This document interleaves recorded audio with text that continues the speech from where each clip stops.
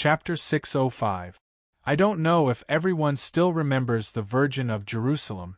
The sword mistress in her hands was a series of sword mistresses from ancient swords to emperor swords. From ancient swords to emperor swords, they were foreordained swords, future swords, prophetic swords, canonical swords, angel swords, and ungra swords. However, among the sword mistresses, the Green Church was not the only one with such a set. As one of the three major religions in the world, Christianity also had its own set of sword mistresses. From ancient swords to emperor swords, they were angel swords with 2 wings, also known as power angel swords, angel swords with 4 wings, archangel swords, angel swords with 6 wings, power angel swords, angel swords with 8 wings, throne angel swords, angel swords with 10 wings, blazing angel swords, and angel swords with 12 wings, emperor angel swords. However, unlike the Green Church's set of sword mistresses, which was all kept in Jerusalem, the Christian Church's set of angel swords was hidden in 4 different base cities. Apart from those with angel bloodline, it was impossible for others to synchronize this set of angel sword. Since ancient times, angel bloodline had been extremely rare. Moreover, it did not rely on reproduction. If a mother had angel bloodline, the possibility of a son having angel bloodline was the same as an ordinary person. Angel bloodline seemed to appear in a person's body at random. There was no pattern. Angel bloodline was extremely rare. There were less than 100 recorded people with angel bloodline, and the natural sword essence in their bodies was not high. Among these less than 100 people, only 3 sword bearers were born. Other than one of these 3 sword bearers who died at the hands of Yuan Ko, the other 2 grew into Jiandi. They were High Saint Jiandi of Yenjing City, and Sky Saint Jiandi of London City. High Saint Jiandi was the first person with angel bloodline in recorded history. He was also the first Jiandi to synchronize a set of angel swords. He was Kanzu's disciple. After Kanzu disappeared, he was known as the world's #1 Jiandi. 600 years after High Sage Jiandi, there was a second Jiandi who was able to synchronize a complete set of angel sword ladies. That was Sky Sage Jiandi. Because Heavenly Saint Jiandi was from London, some of the angel swords that were originally stored in Yenjing were left in London. Later, when London was breached, some of the angel swords in London ended up in Yuzhong City and Moscow City. As a result, a complete set of angel swords was kept in the sword garret of the 4 cities. Yuzhong City only had the sword lady of the angel swords, the 4-winged angel sword, which was commonly known as the archangel sword. The angelic sword synchronization was quite special. It had these 2 characteristics. First, the innate sword essence had to exceed 100 quarts. If the innate sword essence didn't reach 100 quarts, it would be useless. The angel sword wouldn't care about you. Second, as long as you had angel bloodline, the success rate of synchronizing the angel series sword lady was 100%. In other words, as long as a human with angel bloodline had more than 100 quarts of innate sword essence and fought hard all the way, not dying in the middle and growing smoothly, then he would definitely become an emperor sword level sword wielder, a supreme existence that could suppress the luck of mankind. The success rate of synchronizing the sword lady in the game was much higher than in reality. However, the angel sword, which relied on a special bloodline to synchronize, had the same settings in the game. Only people with angel bloodline could synchronize the angel series sword lady successfully. In other words, in reality, Lu Shihua had angel bloodline. What was more terrifying was that she was a child who had just turned 18 years old. It was impossible for her to have any acquired sword essence. She could actually synchronize the ancient sword-level double-winged angel sword. Didn't this mean that Lu Shihua already had more than 100 innate quartz in reality? Thinking of this, Guhan became excited. Guhan suddenly realized that he had encountered a super treasure. If Lu Shihua became his person and he cultivated her well, after a few decades, when he and Lu Shihua, 2 Emperor sword level sword wielder, were together, There would be places in the world that Gohan couldn't go. How did you get this sword, lady? Gohan forcefully suppressed his emotions and asked as calmly as possible. It was at that settlement center. The cashier asked me to twist an egg. I twisted a golden egg and got this sword.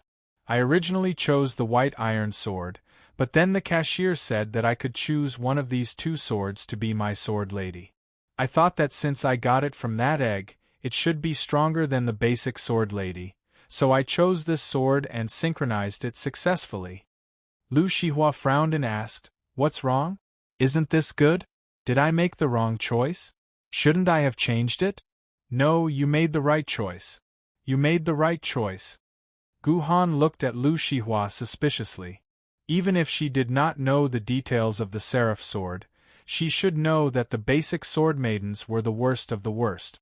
Besides a few ancient sword rank sword maidens, the rest were far superior to the basic sword maidens. How could she not even know this basic knowledge? "Miss Lu Shihua, have you never cared about the sword lady?" Gohan asked. "Why should I care about the sword lady?" Lu Shihua countered with a question. She then continued in a calm and indifferent tone, "I'm just an ordinary girl. 18 generations of my ancestors have never produced a sword wielder. I have no possibility of becoming a sword wielder. I'm just a poor girl. If I have time to care about the sword lady, I might as well find a job and earn more money. That way, my brother can eat well and wear warm clothes. That's enough. When my brother grows up, I'll find someone to marry and have a son and a daughter. If I'm lucky, I'll live the rest of my life in peace. That's my biggest dream. That's enough for me. Actually, you didn't have to teach me how to play games. This is my first time logging into a game, and it'll be my last." Lu Shihua stood up from the table. "Although this game world is quite attractive to me, it's just a game. It won't help me in real life. Let's stop here." After saying this, Lu Shihua prepared to leave the game. To her, this was not a world that belonged to her. "Wait. Miss Lu Shihua, please listen to me." Gohan pulled on Lu Shihua's hand, causing Lu Shihua's face to turn red.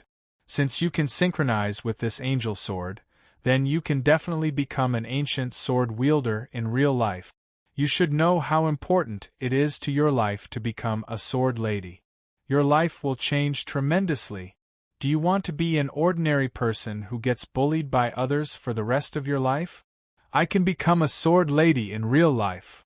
Lu Shihua was stunned. She stared at Gohan blankly for a while before she reacted. "You liar, you're lying to me. Xian Yuan told me that it's much easier to become a sword lady in the game than in real life. Even if you have a famous sword or a spiritual sword in the game, you're just a useless ordinary person in real life. How can you be so sure that I can become a sword lady in real life? You big liar. Lu Shihua, think about it carefully. There's no need for me to lie to you." Gohan slammed his palm on the table. The loud sound made the entire tea house jump. "Lu Shihua, I can't get anything from you. Why would I lie to you? You don't need to know why.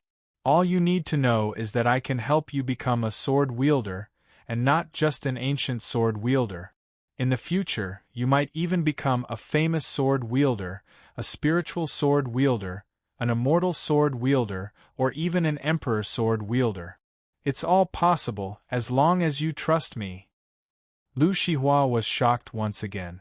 Not to mention a famous sword or a spiritual sword, even the trashiest ancient sword lady was an unattainable dream for Lu Shihua.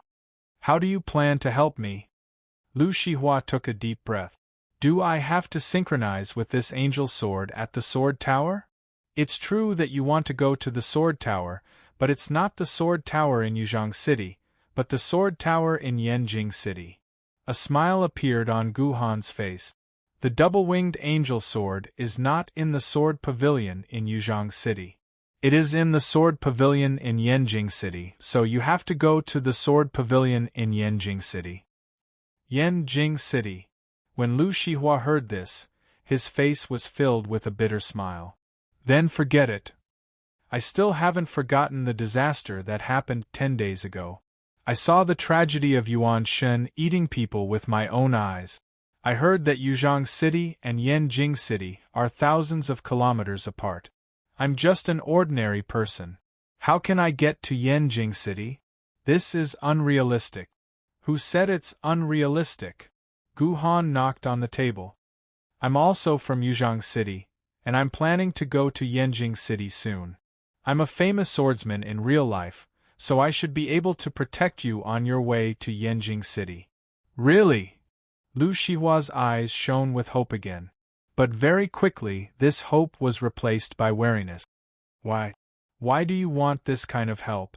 Even if you're a famous sword lady, it will be very troublesome to bring me to Yanjing City. Why are you doing this? My mother told me that there's no free lunch in the world. You must have some ulterior motives, right? Lu Shihua was a smart man. He was still so rational at such a critical moment. If Guhan said that he had no ulterior motives, it would be a complete lie to Lu Shihua. Lu Shihua would not believe him. So, at this time, Guhan had to tell him his ulterior motive. Yes, I have ulterior motives. Guhan nodded his head and said generously, First, to tell you the truth, Gu Xianyuan is my lover. She escaped from home because of me. You helped her, and she owes me a favor. I want to repay you. Second, you're a genius. When you grow up, you'll be my greatest helper. I hope that you can help me with some things. Of course, it won't be anything that goes against human justice. Otherwise, you have the right to reject me. Third, I want to take you as my disciple. With us master and disciple working together, we'll definitely achieve something great. Your Lu family will also be able to bring glory to your ancestors and become one of those emperor sword ladies. Guhan turned around and stared straight into Lu Shihua's eyes. Are you willing? If not, we'll pretend we've never met, and I won't try to persuade you anymore. Although geniuses like you are rare, it's not impossible to find them. Lu Shihua bit his lips and hesitated for a while. Finally, he said, I believe Miss Xianyuan. But you have to promise me that I'll only take you as my master when I become an ancient sword lady. Otherwise, there's no need to talk. Deal. Guhan bumped his personal terminal against Lu Shihua's. Here's 100,000 renminbi. Don't misunderstand, it's not for you. It's for Xianyuan. She lost her personal terminal, and I can't give it to her. I heard that she's not having a good time at your place. This money is for you to use to improve her life, understand? Chapter 606. From the second day onwards, Gu Xuanyuan's treatment was obviously better. The Lu family bought a lot of brand new furniture, such as a brand new bed, a brand new blanket, a brand new gaming helmet, and a brand new set of super diapers. These were all bought by Gu Xuanyuan's request to Lu Shihua, especially the last set of super diapers, which used a brand new technology and was specially designed for paralyzed patients. The bottom of the diapers was connected to a small public dimensional space. As long as the diapers were worn, all the feces and urine would automatically enter the dimensional space. It was simply a super good thing for high-level paraplegic patients. Just this diapers alone cost half of the 100,000 renminbi, which was 50,000 renminbi. Including some other miscellaneous things, the 100,000 renminbi was actually almost spent. Although the family bought a lot of new things, these new things were all used on Gu Xianyuan. She and her brother Lu Yin were still sleeping on their old creaking bed, covered with old bedding that was already full of patches. If it wasn't for Gu Xianyuan forcing them to eat the same things as her, she wouldn't eat at all. They probably wouldn't even have a bite of those roasted chicken, pork, and other good dishes that Lu Shihua bought. Shihua, your master has already told me that from now on, he wants you to not go out and do anything. You have to enter the game with me and receive his basic training. He said that you have amazing potential, but you haven't received basic sword wielder training, so he wants to teach you a lot of things so that you can enter the game incomparably, Gu Xianyuan said calmly. I'm not going. Yesterday, the troupe sent me a message saying that it's not easy to have a performance today. I can earn 100 renminbi, so I have to perform in the day and enter the game at night. Lu Shihua shook her head and said, 100 renminbi? Gu Xianyuan shook her head. This 100 renminbi can be deducted from my 100,000 renminbi. Consider it as me buying your time for him. I don't need any extra charity. Lu Shihua coldly snorted, as if Gu Xuanyuan's words had hurt her self-esteem. She picked up her small bag and left the room. Gu Xuanyuan's body did not move at all. She could only stare blankly as Lu Shihua left. This idiot. Did she understand? She is already destined to be the sword wielder. The most important thing now is to raise her own strength. Gu Xian was extremely angry. She realized that Lu Shihua was really hard to control. Beautiful sister. What sword bearer are you talking about? Did my sister coordinate a sword maiden in the game? How was her game? Tell me about it. Lu Yin moved closer to Gu Xuanyuan's side and rubbed the imitation velvet blanket under Gohan's buttocks, revealing an intoxicated expression. The poor child never knew that the original bedding was so soft and comfortable. Your sister is a genius, Lu Yin. You will soon leave this world, as long as my body returns to normal. Gu Xianyuan said as she stroked Lu Yin's head. Big beautiful sister, who exactly are you? Why are you acting so mysterious? Are you a descendant of the legendary Jiandi clan? Like the heaven-shrouding family or something? Lu Yin asked timidly. After spending so much time together, even a young boy like Lu Yin realized that Gu Xianyuan was not ordinary. This beautiful big sister always had a monstrous arrogance on her, just like those high and mighty swordsmen in reality. Jiandi clan? Not now, but maybe in the future. Gu Xianyuan smiled. Oh right, what is your sister performing in the acrobatic troupe? Tell me about it. I don't know either, my sister never lets me go to her performances. She found out that I went near the place where they perform and beat me up. I don't dare to ask any more. Lu Yin said with a lingering fear, but he didn't know that this aroused Gohan's curiosity. What was this Lu Shihua performing? She actually didn't even let her brother see it. Juzi! Juzi! Gu Xianyuan began to call Juzi's name. After a while, Juzi ran from the computer to Gu Xuanyuan's side. Master, what can I do for you? Forget it, we'll talk about it tomorrow. You can't catch up now. Gu Xianyuan sighed, put on a brand new game helmet, and entered the game. Today was the second day of the 8-city sword tournament, and also the first day of the semi-finals for the sword wielder.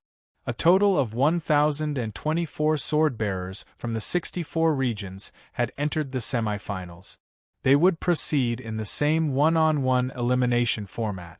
After 7 rounds, the top 8 would be decided, and then it would be time for the finals.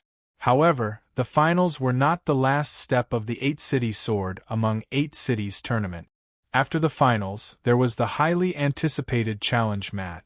As the top 3 players of their level, they were qualified to challenge the sword-bearers of a higher level. It was the climax of the entire 8-city sword among 8 cities tournament. The truly talented players would gain great attention in the challenge match and become the idols of other players. Of course, the normal players were more concerned about the rewards of the 8-city sword tournament. The rewards for each competition were divided into many tiers. Taking the treasure sword grade as an example, other than participating in the semifinals, the players who failed in the preliminaries would receive 5 different levels of rewards according to the number of kills they had. Among them, the best reward was a bottle of sword essence oral solution with 50 quarks of sword essence and a white twisted egg. The rewards for entering the semi-finals were different. At the very least, there would be 100 quarks of sword essence oral fluid and a blue twisted egg. If one entered the top 8, there would be at least 1,000 quarks of sword essence oral fluid and a purple twisted egg. If one was in first place, there would be a bottle of 5,000 quarks of sword essence oral fluid and a golden twisted egg. As long as Gohan drank the 5,000 quarks of sword essence oral fluid, Gohan's sword essence in reality would reach 20,000 quarks. Then, he would be more confident in participating in the 8 Academy tournament in 3 months. Yes, Gohan seemed to have been involved in some kind of martial arts tournament for the past 2 months. First, it was the 8 City Sword tournament in the game, and then it was the 8 Academy tournament in reality. All of them were about fighting. Originally, the 8 Academy tournament was to be held next month. However, due to the disaster in Yuzhong City, the General Sword Committee decided to postpone the 8 Academy tournament for 2 months until Yuzhong University regained its order. Fortunately, it was postponed for 3 months. Otherwise, if Gohan participated in the 8 Academy tournament in his current state, Gohan would probably have to give up. The semi-finals of the 8 City Sword tournament would start at 11 o'clock the next morning. On the first day, there would be a match at 11 o'clock, 13 o'clock, and 15 o'clock. On the second day, there would be 3 matches at the same time. On the third day, each player would only have 1 match, but the time was uncertain. In other words, each player's 7 matches would end in the semi-finals within 3 days. The competition schedule was not very tight. After all, there was a 2-hour interval between each match. The entrance to the semi-finals was not like the preliminaries, which could be entered at any time and anywhere. For the semi-finals, the contestants had to take the initiative to go to the Grand Dueling Arena in the west of Yuzhong City to register and draw lot. When Gohan arrived at the Grand Dueling Arena with King Yu, Gohan was surprised to find that there were 31 people waiting at the entrance of the arena. When they saw Gohan, they immediately greeted him. "Sir Military Governor." The 31 people bowed to Gohan and then knelt on one knee in front of Gohan, immediately attracting everyone's attention. "What are you guys doing?" Although Gohan did not recognize all 31 people, he recognized 5 of them. They were the 4 women and 1 man who formed the fleet with him in the preliminaries. "Sir Military Governor, you left in a hurry yesterday, so we didn't have time to thank you. That's why we've decided to come here and wait for you today, just to say thank you." The leader, Commander Orange Jingzong, said emotionally, "Without your leadership and help, our Area 64 would definitely be at the bottom of the preliminaries. We wouldn't even be able to keep those 16 spots. Without you, we wouldn't be where we are today." "That's right, Sir Military Governor." Another swordsman that the military governor did not recognize was also very emotional. "Sir, my final ranking was 27th.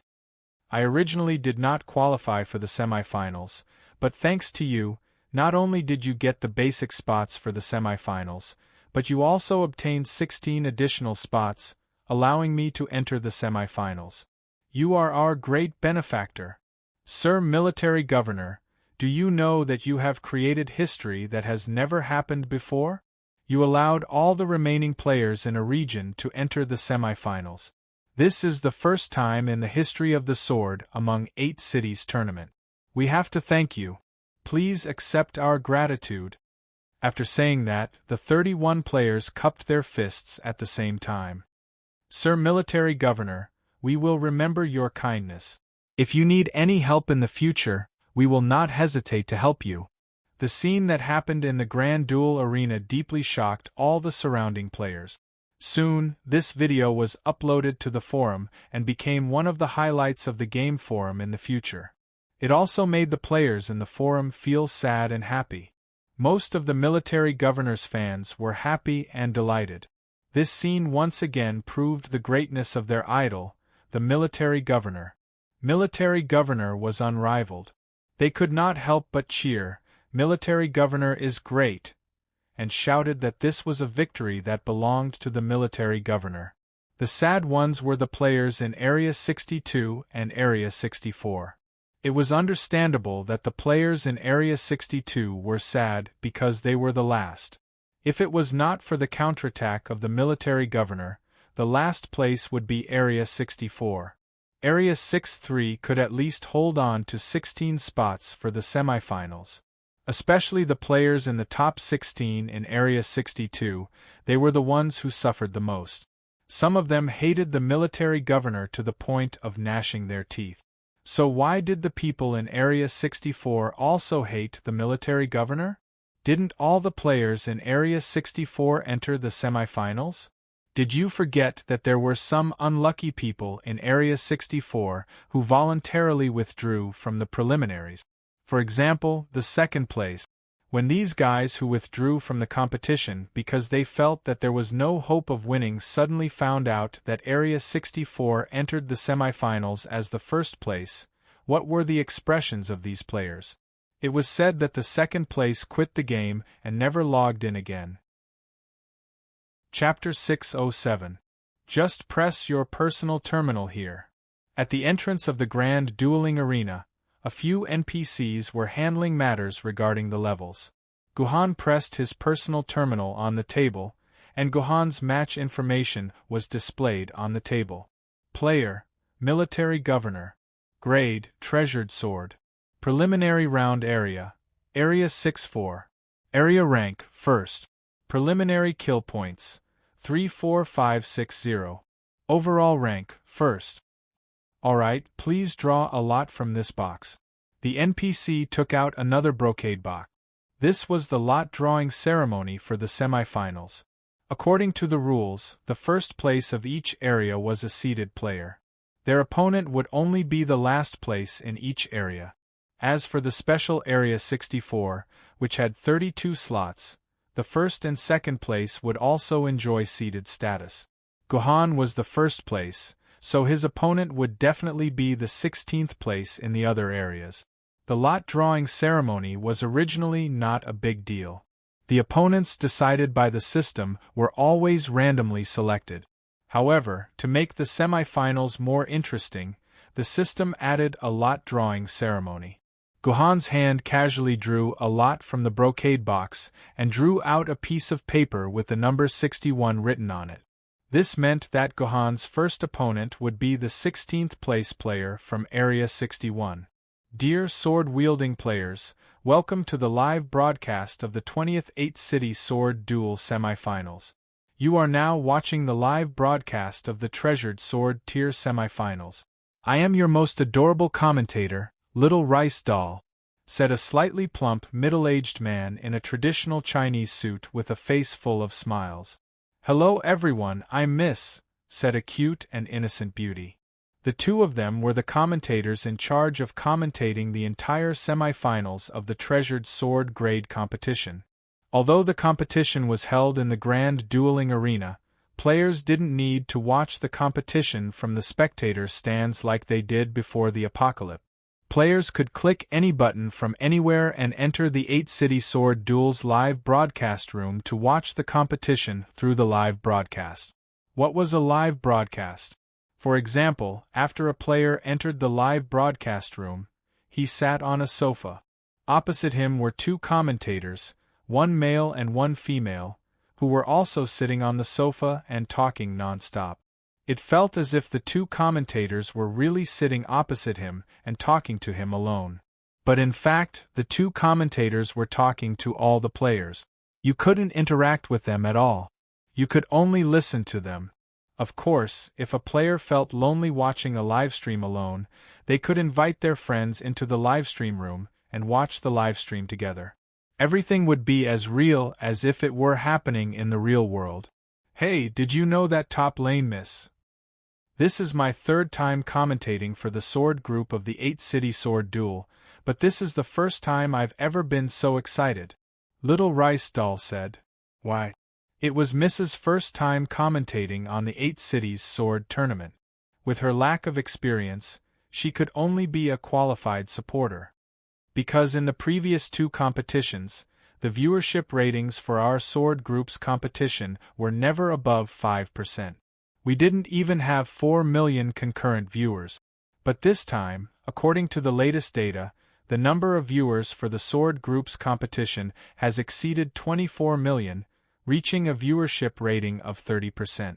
We are ranked second out of all the 5 groups. How can I not be excited? At this point, the little rice doll actually shed a few tears. This male commentator's excitement was not fake, but his true feelings. Other than the Emperor Sword Group's competition, which didn't have any preliminaries or semi-finals and directly went to the finals, the other groups all started their semi-finals at the same time. Thus, players had to choose one of the 5 groups to watch. The Legend of the Sword and Fairy Division had always been the favorite of the players. The reason was simple. The matches of the Legend of the Sword and Fairy Division were too glamorous. Various kinds of dazzling abilities emerged one after another, and the shaking of the earth was a common occurrence. Just like how everyone loved American blockbusters, all the players naturally loved to watch the Legend of the Sword and Fairy Division. As a result, the viewership ratings for the other groups were much lower. The Sword Group had always been competing with the Ancient Sword Group for the lowest viewership ratings. Who would have thought that they would be ranked second today? I understand now. It must be because the military governor is competing in our Sword Group, right? The top lane miss clapped her hands, and 2 stars appeared in her eyes. Actually, I'm also a fan of the military governor. I really want to watch the great military governor's competition now. Don't worry, the competition will start in 30 seconds. When the time comes, we will lead everyone to the military governor's arena. The little rice doll paused for a moment.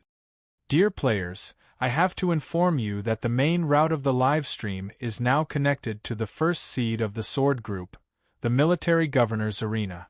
If you don't want to watch the military governor's competition, you can use the remote control device beside you to enter the number of the contestant you want to watch. 0 plus region code plus contestant ranking. Then, you will be able to enter the contestant's arena. For example, if you want to watch the 10th region's first place match, you can enter 01001 to watch the match. Thank you for your cooperation. As soon as the commentator finished speaking, the style of the live stream changed.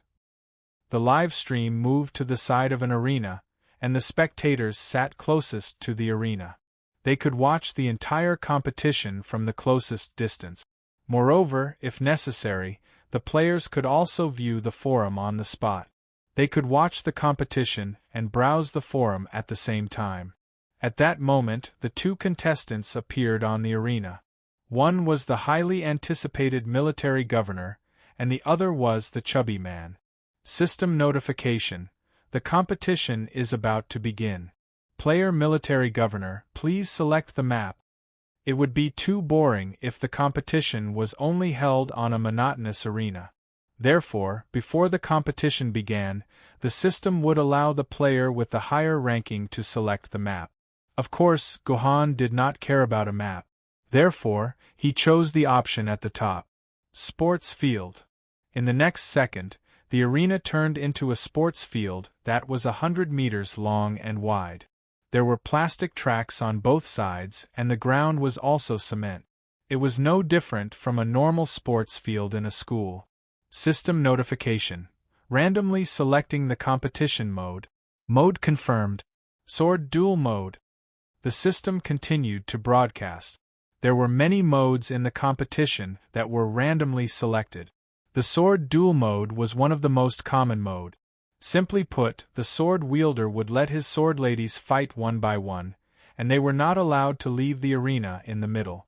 Once the sword ladies' shields were broken, they would lose the ability to fight and would not be able to enter the arena again.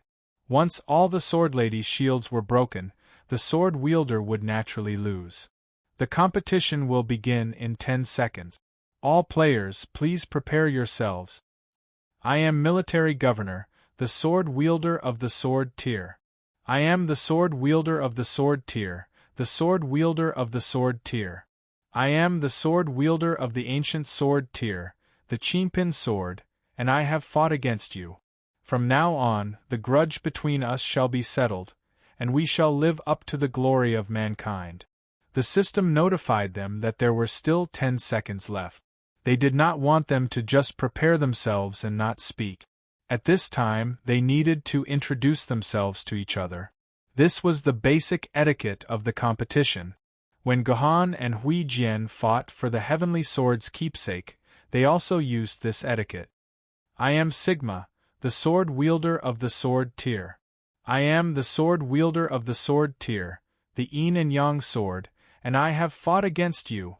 Ancient sword rank sword maiden, blue rain sword, fought with you, and from now on, all debts of gratitude and grudges will be settled. With our lives, we will bring glory to the human race and not let down the future generations. It was obvious that Sigma was very impatient with reading out these programmed lines. After he finished speaking, he pointed at Gohan's nose and scolded, "Commander, you're just an opportunistic piece of trash. You only know how to use your little tricks. What kind of ability is that? Give my brother back his quota." The swordsman named Sigma yelled, immediately drawing the ire of the spectating players. Everyone posted posts on the forums to denounce this shameless braggart. "You piece of trash! How dare you call the military governor a piece of trash? I'll kill him. Count me in. I'm going to kill him too. Well, I'm the only one who cares. How did the military governor owe his brother a slot?" The two commentators also began to discuss. "I say, Senior Doll, take a guess. How did the military governor steal his brother's slot? Isn't it simple? This Sigma is from District 61, so his brother might be from District 62. District 62 is the last place, so all of its slots have been taken away. In a sense, Mr. Sigma's brother was really screwed over by the military governor. Ahem, as usual, let's talk about the sword maidens of both sides." Little Rice Doll continued. "First, we'll talk about Sigma's sword maiden Yin Yang sword. It's a Confucian sword maiden with excellent defense. It can use its ultimate skill, the Yin Yang sword array, to form a defensive barrier that lasts for 1 minute. It can withstand attacks 10 times more than what it can withstand. In my opinion, Sigma can at least last 1 minute against the military governor's heaven-reliant sword. System notification. Sword Maiden Yin Yang sword's shield has been shattered. Player has been eliminated from battle." Poor Little Rice Doll was instantly slapped in the face. Before he could finish his sentence, the Yin Yang sword's shield had been shattered, let alone 1 minute. Under the gazes of tens of millions of players, as soon as the countdown ended, Gohan appeared behind the Yin Yang sword like a ghost. With just one slash, the energy of the Yin Yang sword's shield had been reduced by more than half. The Yin and Yang sword was startled and immediately used its big move, the Yin and Yang sword formation, to cast a protective cover on itself that could last for 1 minute, which was 10 times its defensive power. Then, Gohan didn't use any moves. He just slashed at the protective shield with his sword. In less than 6 seconds, the protective shield, which was said to have increased its defensive power by 10 times, was forcefully destroyed by the Admiral's slash. "I surrender." Sigma looked like a deflated inflatable doll when it saw that its sword mistress, which specialized in defense, was defeated in less than 10 seconds. It didn't even have the chance to use its ancient sword mistress before it could even use its sword mistress. Chapter 608. Although there were still 2 more matches, they were boring to watch. The players only saw Gohan's silhouette flash by and his opponent's sword maidens were all destroyed. There was no point in watching the match at all. Therefore, other than a few loyal fans of the military governor, most of the players said that there was no suspense in the first place of the sword division. They should just watch the special effects film, The Legend of the Sword and Fairy Division. As a result, less than 3 million people were left of the 30 million people, which was even less than before the existence of the Admiral. Later on, everyone analyzed that it was probably because the first place of the sword division was already set to be the military governor's. There was no suspense anymore, so the players who were originally watching the sword division would definitely go and watch the other divisions that were more suspenseful. Therefore, the number of people who were watching the sword division dropped. This caused the cheerful Little Rice Doll's expression to turn cold, and he smiled bitterly. At the end of the live broadcast, the little rice doll said a famous saying that would go down in history: military governor, success or failure. When the little rice doll said this, coupled with the illusion of the military governor, it instantly became popular all over the world. This was because this world had lost the saying that success or failure was due to Shao He. Success or failure was due to the military governor, success or failure was due to the military governor. It became a common saying among humans in the future. Even if someone found the original version in the ruins, because no one cared about it, it became a conclusion in an academic paper. Other than those who studied medieval history, no one knew the truth. It was worth mentioning that the little rice doll was also remembered by the later generations because of this saying. It was also hung on the walls of many schools, becoming a part of the army of famous sayings. It was truly a cause for celebration. When Gohan logged out of the game again, he was surprised to find that Lu Shihua was already back. It was not even 4 o'clock in the afternoon. According to Lu Shihua's movement pattern, she would usually be back after 5 o'clock. Today, she was back before 4 o'clock. This was unprecedented news. However, Gu Xianyuan noticed that Lu Shihua's face didn't look too good. There were even faint traces of tears on his face. His shoulders were shivering as if he had encountered something very terrifying. Shihua, did someone bully you? Gu Xianyuan opened her mouth and asked. Her voice was filled with coldness.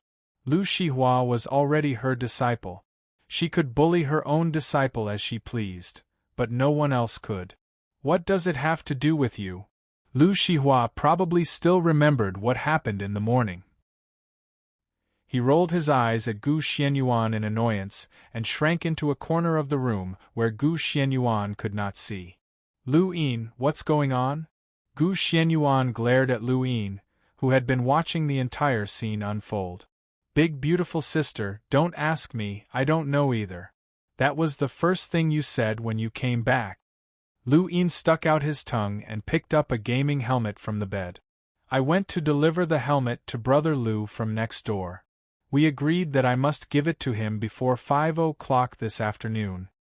Lu Yin picked up the gaming helmet that Lu Shihua had used yesterday and ran out. This was the helmet that Lu Yin had promised to sell to his neighbor. As for Lu Shihua, he would use the old helmet that Gu Xianyuan had used before. Gu Xianyuan already had a new one. After Lu Yin left, the room became silent. Lu Shihua didn't want to talk, and Gu Xianyuan was also too lazy to talk. Gu Xianyuan was silently sensing her own body.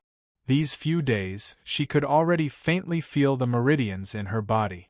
She could also move her fingers slightly. According to Gohan's estimation, if she continued to recover at this speed, she would be able to recover the basic ability to move in a month at the latest. Strange, where did Lu Yin go? He still hasn't returned. That stinky brat couldn't have slipped away to play again, right? The Lu's house wasn't far from the Lu's house. They could walk back and forth in 5 minutes. However, a full 20 minutes had passed, and Lu Yin still hadn't returned. Lu Shihua naturally thought that Lu Yin must have gone somewhere to play. This made Lu Shihua's heart even more miserable. It was fine if he was bullied outside, and he was despised by Gu Xianyuan at home. But his own younger brother was so heartless. This made Lu Shihua completely unable to stand it. I'm going to catch him and bring him back. Lu Shihua stood up from the corner and prepared to go look for Lu Yin. However, at this time, the originally closed door was suddenly forcefully opened. Then, a figure flew in from outside the door and landed heavily on the ground, letting out a mournful cry. Lu Shihua couldn't be more familiar with this voice. Besides his own younger brother, who else could it be? When he saw Lu Yin's condition clearly, a huge rage burst forth from Lu Shihua's heart. His own little brother, who was a little clumsy, playful, and active, was now covered in wounds. Blood was constantly dripping from the corners of his mouth, and his eyes were tightly shut. Blood was also flowing out from the corners of his eyes. There were even more wounds on his body, especially the one on his arm, which stretched from his wrist all the way to his shoulder. If it wasn't for the fact that the person who injured Lu Yin had deliberately avoided his arteries, Lu Yin might have already died from the blood loss and met the king of hell. Yo, little sister, nice to meet you. Aren't you very good at running away? How did I still manage to find you? Another 4 or 5 people walked in from the door. Each of these people had a sword on their body, and their bodies were stained with blood. It was obvious that they were the ones who injured Lu Yin. It's you. Lu Shihua's angry voice carried a trace of fear. It's you who injured my brother. If you have any problems, come at me. Why did you treat my brother like this? We had no choice. We also wanted to settle things peacefully. Who knew that your brother wanted to be a hero, and would rather die than speak. So we had to use some small tricks. The leader of the group, a man with a strange aura and a vicious aura, said, "All right, we've found you. Let's go, come with me. As long as you follow that lord, you'll have a good life in the future. Why do you have to suffer in this smelly little house? I'm doing this for your own good." The person who came said that it was for Lu Shihua's good, as if it was the truth. Unfortunately, Lu Shihua didn't listen to this person at all. All her thoughts were on her brother. At this time, Lu Yin was already very weak. Because he had lost a lot of blood, it was very difficult for him to even speak. "Sister, my eyes hurt so much pain. It hurts when I move. Sister, am I blind?" The weak Lu Yin said miserably. Looking at the blood spreading from the corner of his eyes to his chin, it was obvious that Lu Yin's eyes were most likely damaged. "It's all right. Little Yin, your eyes are fine." Lu Shihua hugged Lu Yin in her arms. She couldn't hold back her tears and they flowed down continuously. "Little brother, don't believe your sister's words. Your eyes are finished. I was the one who cut off your eyeballs with my own hand. I guarantee that your eyes are done for. Actually, it's not bad for you to be blind for the rest of your life," the man said with a cruel smile. Lu Yin suddenly let out a heart-wrenching howl. As a 14-year-old child who was still alive and kicking, how could he accept the fact that he was blind? He could only use his own howl to express the fear and pain in his heart. After letting out that howl, Lu Yin used up the last of his strength. His head tilted to the side as he silently fainted. "Little Yin! Little Yin!" Lu Shihua frantically shook Lu Yin, who was in her arms. She was so ruthless. She hated herself for going out today. Why didn't she listen to Gu Xianyuan and stay at home to play games? That way, everything that happened today wouldn't have happened. She really hated to the point that she was about to go crazy. "You bastard, I'm going to kill you." Lu Shihua threw Lu Yin on the ground, took out an iron rod from the pile of garbage beside him, and smashed it towards the man's head. "Hey, if you can hit me, I'll change my surname to yours." The man pulled out his sword and knocked the metal rod in Lu Shihua's hand away. Then, he used the hilt of the sword to hit Lu Shihua's lower abdomen, sending her flying back. Then, he put the sword back into his scabbard. His movements were as smooth as flowing water. Gu Xianyuan, who was watching at the side, also nodded slightly. This man's swordsmanship was not bad. He already had the demeanor of a master. If given time, he might become an outstanding sword master. Thinking of this, Gu Xianyuan shook her head in pity. His originally good swordsmanship was actually used to do such a heinous thing. Moreover, the person he hurt was his own disciple. This guy wouldn't live for another month. Gu Xianyuan directly sentenced this person to death in her heart. "Little sister, I'm not called a bastard. I'm called Wang Zihao." Wang Zihao said with a smile. "Don't be so agitated. Actually, your brother might not necessarily be blind in his next life. He can still be saved." "What did you say? You can really save my brother?" Lu Shihua felt a sharp pain in her abdomen. She raised her head and stared at Wang Zihao. Her eyes were filled with hope and despair. She had already guessed what Wang Zihao was going to threaten her with next. Of course, now that medical technology is so advanced, even if you only have a head left, it can still restore your body, let alone a pair of eyes. Wang Zihao laughed even more happily. This was a routine that he had tried every time. In his opinion, this woman had already fallen into his control. As long as you obey that lord, I guarantee that your brother will receive the most perfect treatment. In just one day, he will be able to open his eyes again and see this beautiful world. Okay. I promise you. Lu Shihua had nowhere else to go. Being forced to this point, she no longer had any other choice. Suddenly, at this time, she thought of the military governor who she had only spent one night with in the game. If only he was here. He must have the ability to save me. I still want to be his disciple. Lu Shihua thought sadly in her heart. She slowly stood up and approached Wang Zihao step by step.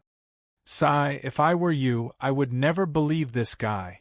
At this time, a faint and perfect female voice came from the mouth of a patient lying on the bed that Wang Zihao did not pay attention to. It will cost at least 1.2 million to cure Lu Yin's eyes. But for a trafficker like him, he will at most earn a few 100,000. Why would he lose 1 million to save Lu Yin's eyes? Chapter 609. Oh, so there are 2 women hidden here. Wang Zihao's plan was exposed, but he wasn't angry. Instead, he looked at Gu Xianyuan lying on the bed with great interest.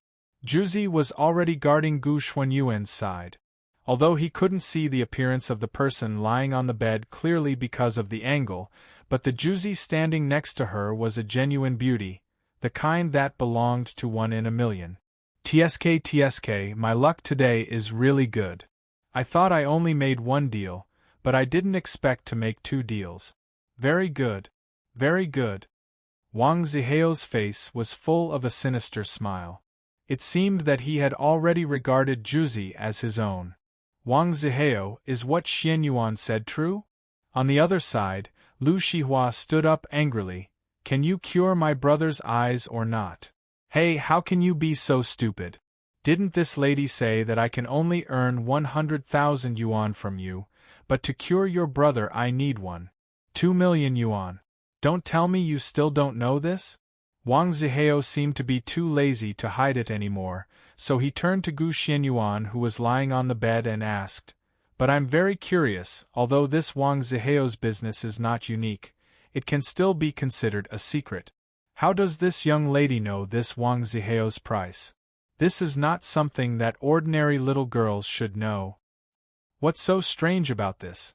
With Lu Shihua's appearance, he can only be sold for 100,000 yuan at most.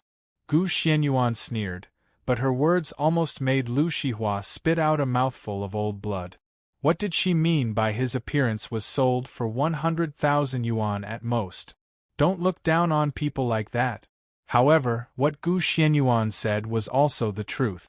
Because Lu Shihua's appearance was not considered to be extremely beautiful, she was only above average. If she was placed in a class, she might be the class flower or something. But in Yuzhong City, she was a commodity that could be easily found. As for why I know this truth, the reason is very simple. The more humans there are in the world, the more beasts there will be. With the beasts, how could there be fewer lice on their bodies? Gu Xianyuan proudly said. What did you say? When the people behind Wang Zihao heard Gu Xianyuan compare them to lice, they immediately became angry. They pulled out their swords and were about to teach Gu Xianyuan a lesson, but they were stopped by Wang Zihao. This young lady is right. What a good analogy! Lice on a beast. It's the first time I've heard such a vivid analogy. It's a good one. What a wonderful metaphor. Wang Zihao didn't seem to be angry. Instead, his face was full of smiles. Since Miss knows so clearly, then Zihao would like to invite Miss to my house. Zihao has a lot of friends, and many of them like Miss's style. She's cold and elegant, and has a monstrous arrogance. She's like a wild horse that's hard to tame. Who knows how much fun it is to ride her? Come on. You guys, go and invite this young lady down. I want to see how much this young lady can be sold for. Wang Ziheo's face was already full of smiles. His 3 subordinates chuckled and rushed to the bedside, preparing to pull Gu Xianyuan down. Stop. You're not allowed to touch her. She's a cripple. She can't move anywhere except her mouth. She's worthless. Lu Shihua immediately blocked Gu Xuanyuan's bedside. Of course, it was useless. The few subordinates slapped Lu Shihua's face. The huge force directly sent Lu Shihua flying. Lu Shihua suffered such a heavy blow. His entire head felt like it was going to explode. He constantly curled up on the ground in pain. He looked like a struggling poisonous snake. Miss, come with us. The 3 subordinates smiled lewdly as they walked to Gu Xuanyuan's bedside. But before they could finish, the 3 of them were collectively stunned. They stood there in a daze, as if time had stopped. You guys? What are you doing? Didn't you hear what I said? Wang Ziheo's face turned cold. Could it be that something went wrong? Was there an incredible person here? No. Boss. You'd better come and see for yourself. We can't bear to do it. One of the subordinates stuttered. What is this? What do you mean we can't bear to do it? Even someone as treacherous and vicious as Wang Ziheo didn't know what his subordinates meant. He could only coldly snort. Then, he personally walked to Gu Xuanyuan's bedside. With just a glance, he was completely stunned like his subordinates. There's actually such a beautiful woman in this world. Wang Ziheo only took a glance at Gu Xianyuan and felt as if his soul had been hooked by Gu Xianyuan. Too beautiful. This woman is too beautiful. He, Wang Ziheo, has been in this business for almost 10 years. In these 10 years, what kind of beautiful woman hasn't he seen? Even the courtesan slave in the underground auction every year, who was known to be extremely beautiful and 1 in 10 million, he, Wang Ziheo, has also seen them. Although Wang Ziheo felt that these beauties were indeed beautiful, it was only the word beautiful. If they fell into Wang Ziheo's hands, Wang Ziheo would not hesitate to sell them for a good price. He wouldn't even touch their bodies. If he touched them, it would lower their value. But this woman in front of him actually made Wang Ziheo have the idea of not selling her for the first time. Wang Ziheo's first thought was actually to take this woman into his own room and pamper her for the rest of her life. Other men wouldn't even be allowed to look at her. Wang Ziheo's body felt that it was better not to do this business. From now on, as long as he stayed with this woman and lived a stable life, he wouldn't have any regrets in his life. No. What's going on in my head? Wang Ziheo shook his head and immediately recovered from his delusion. But looking at Gu Xuanyuan's face, he revealed an ecstatic expression. Unexpected harvest. Unexpected harvest. Wang Ziheo laughed wildly. His previous calm and gloomy persona seemed to have collapsed at this moment. I thought this trip was just to earn some pocket money. I didn't expect to find such a fat sheep, 10 million. No, even if it's 100 million, those big shots will still fight to buy you. It seems that this year's courtesan is going to be sold from my, Wang Ziheo's, hands. Wang Ziheo was actually an extremely cautious person. Even if he wanted to capture Lu Shihua, he had to investigate for a while. He confirmed that the Lu family had been poor for more than 10 generations and didn't have any background at all before he made his move. Under normal circumstances, for a woman like Gu Xianyuan who was full of arrogance and temperament, one could tell that her identity was extraordinary. Wang Ziheo would definitely investigate clearly and confirm that there was no background that he couldn't deal with before making his move. How could it be like now, when he saw Gu Xuanyuan's hot head? He couldn't help but want to snatch her away. Of course, Wang Ziheo himself didn't notice this, and Gu Xianyuan herself didn't realize it at the time. It wasn't until later that she discovered this, but by that time it was already too late. A mistake that couldn't be considered a mistake had already happened. Hearing Wang Ziheo's arrogant words, especially when she heard that Wang Zihao had already begun to evaluate her worth. Gu Xuanyuan's heart was filled with anger. She didn't want to continue talking to Wang Zihao like this anymore. She turned her head and said to Juzi, "Break all their limbs for me." "Yes, master." Juzi nodded obediently, then turned around and said to Wang Zihao and the others, "Stand there and don't move. Master told me to break all your limbs. Juzi is very fast, it won't be very painful." "You crazy woman, what nonsense are you spouting? You don't know the immensity of heaven and earth." One of Wang Zihao's subordinates shouted and raised his hand to give Juzi a slap.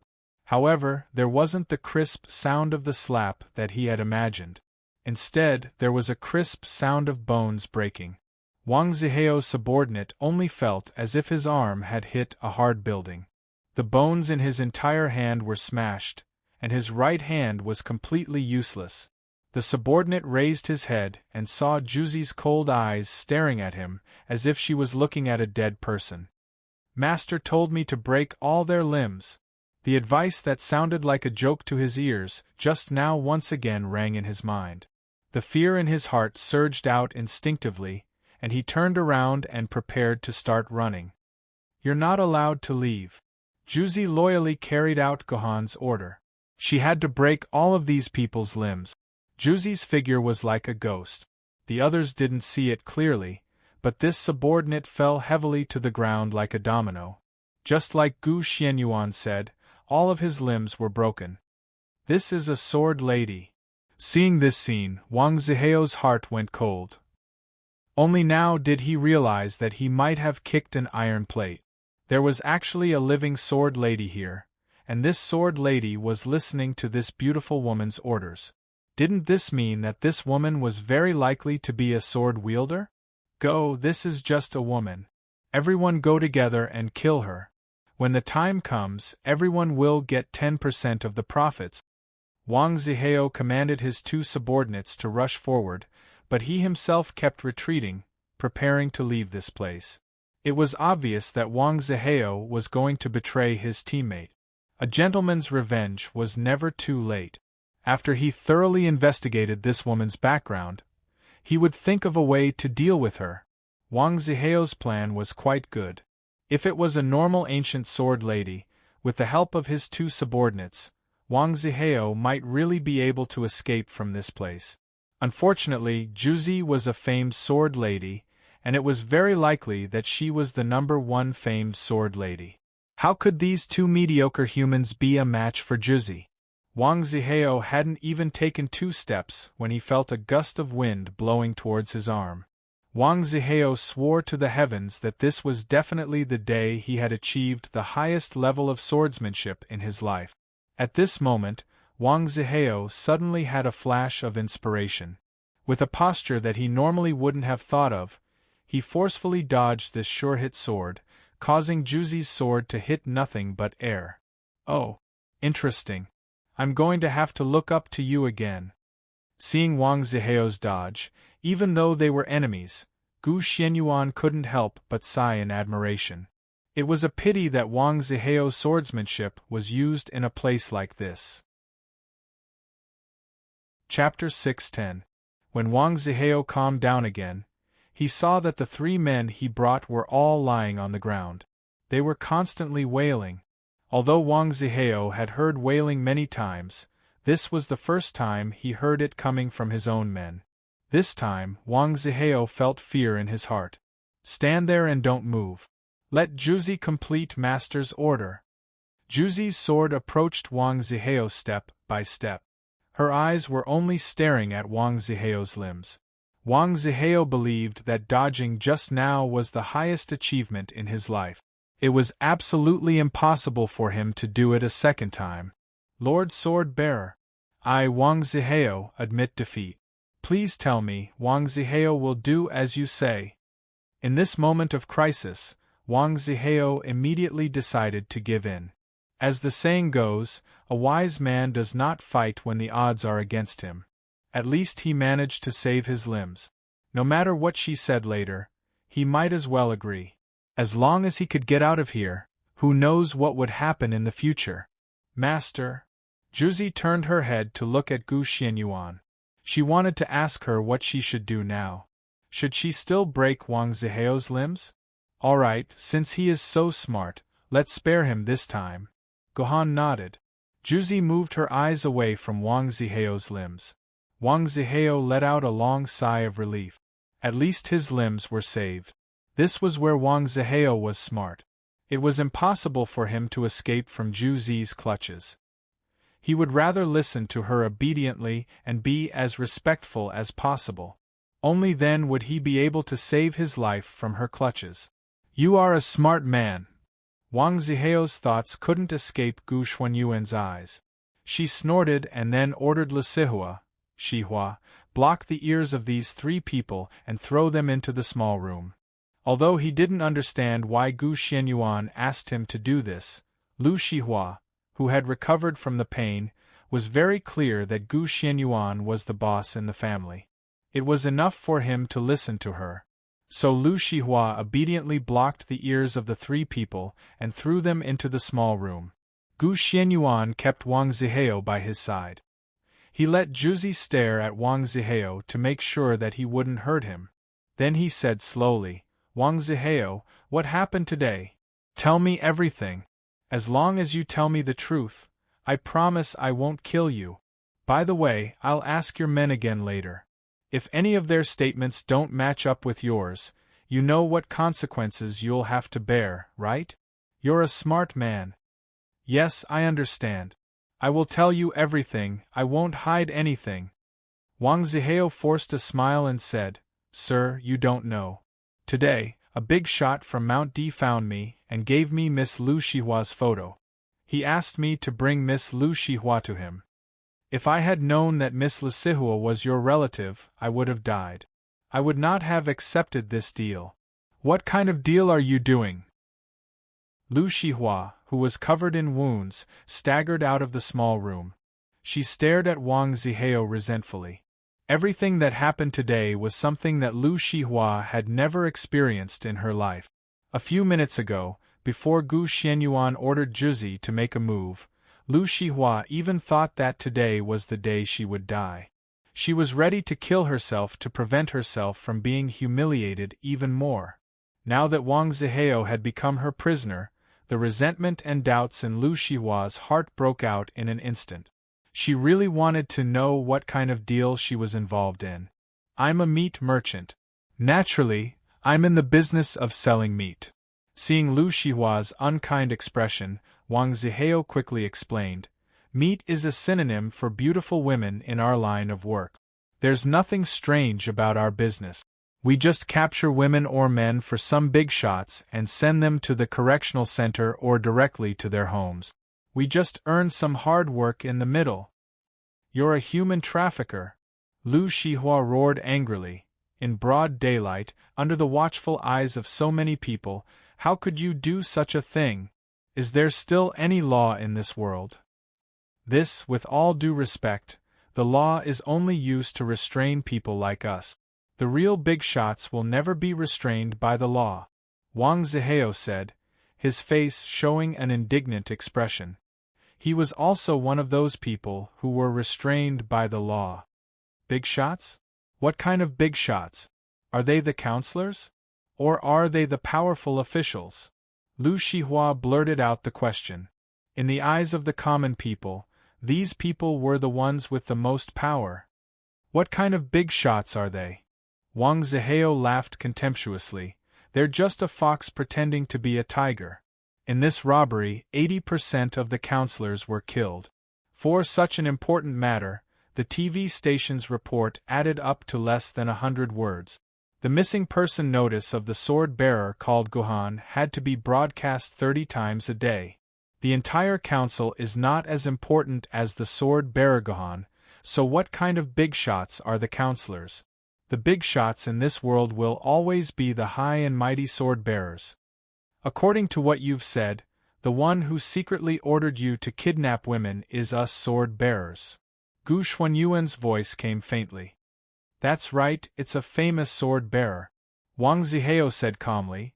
As for the name of this sword-bearer, if you want to know, I can tell you. But let me be clear, he's a big shot who lives on Mount Emperor. He's different from the ordinary famous sword-bearers. If you want to provoke him, it won't be as easy as dealing with me." Wang Zihao mentioned a new term, Mount Emperor. The so-called Mount Emperor was the place where the sword-bearer families of Yuzhong City gathered. It was located in the corner of the core area. It also had a dimensional protection system, enjoying layers of protection. Together with the Sword Pavilion, it was known as the safest place in Yuzhong City. Naturally, the people who lived in Mount Emperor were the descendants of the sword-bearer families. They were all descendants of Jiandi. Their families were rich, they had strong connections in the Sword Council, and they themselves also had good martial strength. Provoking a guy from Mount Emperor was very likely to provoke the entire sword-bearer family. Of course, it was a society governed by law now. After the Emperor's sword aristocratic family lost the protection of the Sword Emperor, they wouldn't dare to be so arrogant. They would invite the experts in the family to help the protagonists gain experience points. Although there wouldn't be any revenge on the surface, in the dark, they would use all kinds of tricks and tricks. Today there would be a compulsory task. Tomorrow there would be guarding the beacon tower. In short, they would use reasonable and legal methods to make you do things that were hard and not beneficial. Otherwise, they would make a mountain out of a molehill. They would grab a small matter and make it big. Then, they would throw you into the prison of the discipline committee. In short, if the sword-bearer families wanted to deal with a person, there were many ways. Many talented sword-bearers, because they offended the sword-bearer, they would be done for. That was why Wang Zihao had mentioned Di Shan's name. He wanted to borrow the name of the Emperor Sword's aristocratic clan to frighten Gu Xian Yuan. He wanted to let her know that there was someone behind her, and that she shouldn't be too excessive. Otherwise, it wouldn't be good for anyone. Who is it? Tell me his name. Who knew that Gu Xian Yuan wouldn't be moved by Wang Zihao's threat? Wang Zihao had no choice but to say it. Since she wanted to seek revenge from the sword-bearer families, it wasn't Wang Zihao's business anymore. His name is Shi Jihong. He's the third son of the Chen Shuang family. We all call him Third Young Master Shi. The Chen Shuang family that Wang Zihao mentioned was the descendant of Chen Shuang Jiandi. He was the second sword-bearer after Zhetian Jiandi in Yuzhong City. In Yuzhong City, he was considered an old Jiandi family. However, unlike the weakened Zhetian family, the Chen Shuang family was very prosperous. A few decades ago, they still had a sword-bearer with a celestial sword. They were considered a very strong family among the sword-bearers in Yuzhong City. This was indeed a hard nut to crack. Even if Lu Lei wanted to touch him, he would have to think about it carefully. Unless the Chen Shuang family committed some unforgivable crime, they wouldn't fall. Of course, Gohan wouldn't destroy the Jiandi family just because of Third Young Master Shi. However, Third Young Master Shi had been engraved in Gohan's heart. If there was a chance, Gohan wouldn't let this guy go. You're talking nonsense. I'm just a little commoner girl hiding in a corner. I haven't even been more than 10 kilometers from Mount D. How could this Chen Shuang family young master know me? Why would he attack a woman like me? Lu Shihua yelled loudly. Actually, it wasn't that she didn't believe that the mastermind was Third Young Master Shi, but she knew that if the mastermind was really a young master from the Jiandi family, then she wouldn't even think about revenge. In that case, forget about taking revenge, she should be thinking about Third Young Master Shi's next move. He would not let her off so easily. Miss Shihua, I don't know if you remember the man in white you met at the performance this morning. Wang Zihao smiled bitterly. He's Third Young Master Shi. He came out for a stroll and took a fancy to you. He invited you to be a guest at his house with kind words, but you didn't listen. He couldn't do anything in public, so he could only find me. I'm also unlucky. Wang Zihao smiled even more bitterly. This business was originally someone else's, but I snatched it away. If I knew this would happen, I wouldn't have wanted this business no matter what. For a mere 100,000, it's not worth it. Chapter 6:11. I guess it's that bastard. Lu Shihua's face didn't change much when she heard Wang Zihao spit out the words, young master in white. Obviously, she had vaguely guessed who the mastermind was. Shihua, what did that third young master sure say to you? Gu Xianyuan asked. You have to tell me the truth, otherwise I can't make the right judgment. Obviously, Gu Xuanyuan's words had an effect. Lu Shihua, who originally didn't want to talk about this matter, finally told the whole story in full detail. It turned out that this morning, Lu Shihua's troupe received an invitation to perform. It was said that they were performing for a mall that had reopened after the Great Attack. After I finished my performance, when I went backstage to tidy up my costume, the man in white came over. Lu Shihua blushed and said intermittently. He took my hand and didn't let me go. He said he wanted me to go to his house to perform. I didn't agree. I was scared, so I rushed into the crowd, and then the guy disappeared. I thought he had given up his dirty thoughts, so I didn't care. I didn't expect him to find someone to catch me. Beautiful snake, what is that? Gu Xianyuan was puzzled. Forget it, since you've already said it, I won't hide it from you. Lu Shihua sighed. In fact, I don't have any position in the troupe. I'm just an odd-job worker. I can only earn less than 50 yuan a day. Later, the leader of the troupe saw that my body was soft, so he asked me if I would like to learn soft kung fu and play the role of a beautiful snake in the troupe. This way, I can earn 150 yuan a day. The so-called beautiful snake is actually an artificial bionic snake tail that is worn under the chest, and then performs all kinds of movements that snakes can do. This requires high flexibility of the body. Other actors in the troupe can't do it, only I can do it. Later, we specialized in performing the beautiful snake in the troupe. The reason why I don't want to tell you is that this performance is really embarrassing. I was going to resign from the troupe today, but I didn't expect this to happen.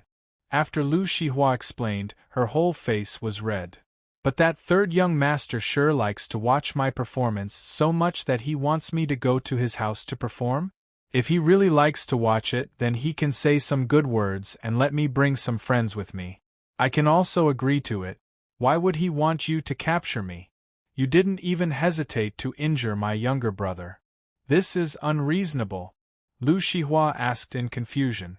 This performance was indeed amazing when he saw it for the first time. However, after watching it many times, it was still the same. Lu Shihua didn't think it was very good. This is actually third young master Shi's special hobby. Wang Zihao suddenly revealed a lascivious smile. Third young master Shi didn't do it to watch your performance. He wanted to lock you up in his house and make you his pet. This third young master Shi likes to transform humans into animals. If I'm not wrong, he will definitely transform your lower body into a snake's body forever, and then make you a real snake beauty. Hearing this, Lu Shihua almost fainted from fright. Even Gohan couldn't help but feel a chill down his spine when he heard this. Before, he thought that this third young master Shi was just a beast who liked to play with women. Now, it seemed that this third young master Shi wasn't even worthy of being a beast. Becoming inorganic was his final destination. This third young master Shi, how many people has he harmed? Unknowingly, Gu Xuanyuan's hand had actually clenched into a fist. Gu Xuanyuan's control over her body had recovered a lot.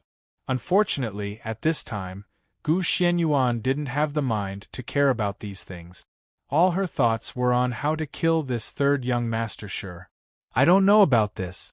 There are many people who have handled these things for third young master Shi. This is the first time I've done business for third young master Shi. Before this, it was always done by others. During the Great Invasion, the person who had handled it before was eaten by Yuan Shen. That was why it was my turn. However, I've been to third young master Shi's house, and saw a few so-called human pets. There were dogs, cats, horses, and so on. There were about 7 or 8 of them. I'm not sure if there were more. After a long silence, Gu Xianyuan finally opened her mouth to break the silence. All right, I know about this matter. I'll deal with this guy who's worse than a pig or a dog. I still have a question to ask you. Don't you all have a personal terminal in your hands?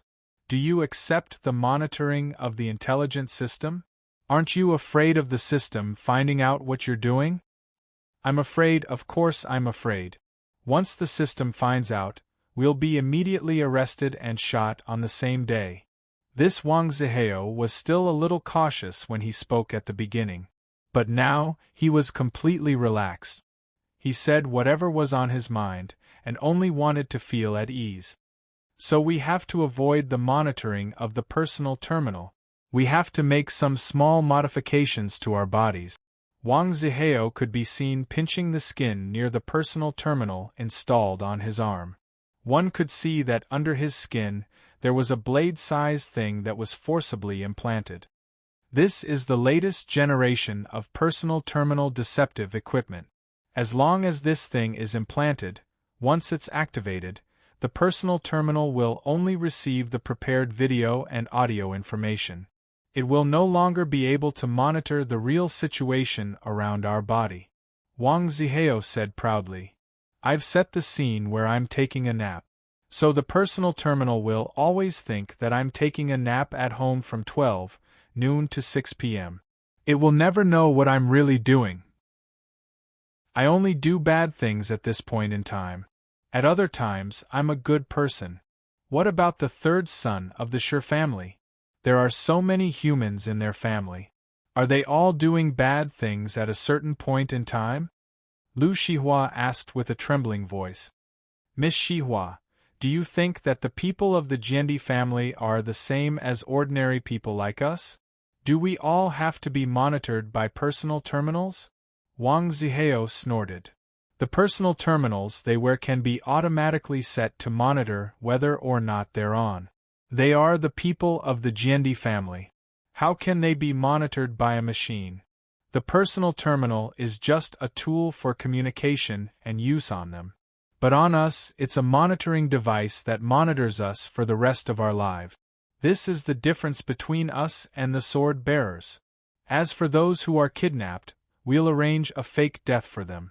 Then, we'll forcibly remove their personal terminals and make them completely disappear from this world.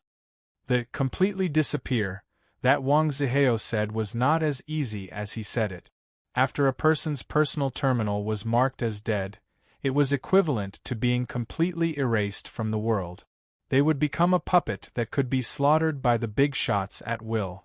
There was no freedom or dignity to speak of. It was really tragic to the extreme. Wouldn't this kind of thing be found out? The more Lu Shihua listened, the more her body trembled. She suddenly realized that this world was completely different from the one she was familiar with. Of course it will be found out. Moreover, it's been found out more than once. Anyway, it's always us, the middlemen, who take the blame. After we're taken and killed, those big shots continue to act like tyrants. In fact, this world is the world of the sword bearers. We ordinary people are just their tools. They even say that they're protecting us. They can do whatever they want to do with us. I can't be the person who does that to others, but I also don't want to be the person who is being manipulated. So, I can only walk in the middle. Alright, I've said what I need to say. Sir Swordbearer, if you want to kill me or cut me up, feel free to do so. Strange, after saying what's in my heart, I don't feel that death is that scary anymore. Instead, it's a kind of relief. Then, please give me a quick death. Wang Zihao stood up from the ground. He had the appearance of a martyr who was not afraid of death. Originally, based on your crimes, even if I kill you 10,000 times, you still deserve to die. Gu Xuanyuan's voice sounded faintly. This made Wang Zihao, who was originally not afraid of death, suddenly feel terrified again. The fear of death also began to spread from the bottom of his heart. But you still have some use. I'll give you a chance to atone for your crimes. Are you willing? Gu Xuanyuan's tone did not allow for refusal. If Wang Zihao said no, he would probably die here immediately. I'm willing. Wang Zihao nodded without hesitation. He didn't care what Gu Xuanyuan's request was. What I want you to do is very simple. I'll let you go back. You just need to tell that third young master sure that they've already escaped to the house of the sword-bearer's relative. You don't dare to make a move. Then, you need to keep an eye on third young master sure. If he takes a fancy to someone else and wants you to make a move, you need to report to me immediately. Do you understand? It's indeed a very simple matter. Wang Zihao nodded. He then looked at Gu Xianyuan doubtfully. But miss, aren't you afraid that after I leave, I'll sell your information to third young master sure? With such a great beauty like you, third young master sure will definitely mobilize the power of the Chen Shuang family to snatch you away. Don't worry, I promise you won't dare to tell on me. Guhan clapped his hands. Juzi, who had been silent all this time, took out a video camera out of nowhere. Everything you said just now is recorded in the camera. If something goes wrong, this video will be published on the internet. I don't know if third young master sure will be in trouble, but you will definitely be killed by third young master sure. Yes, Zihao understands. Zihao will definitely do as you say, miss. Wang Zihao wiped the beads of sweat off his forehead.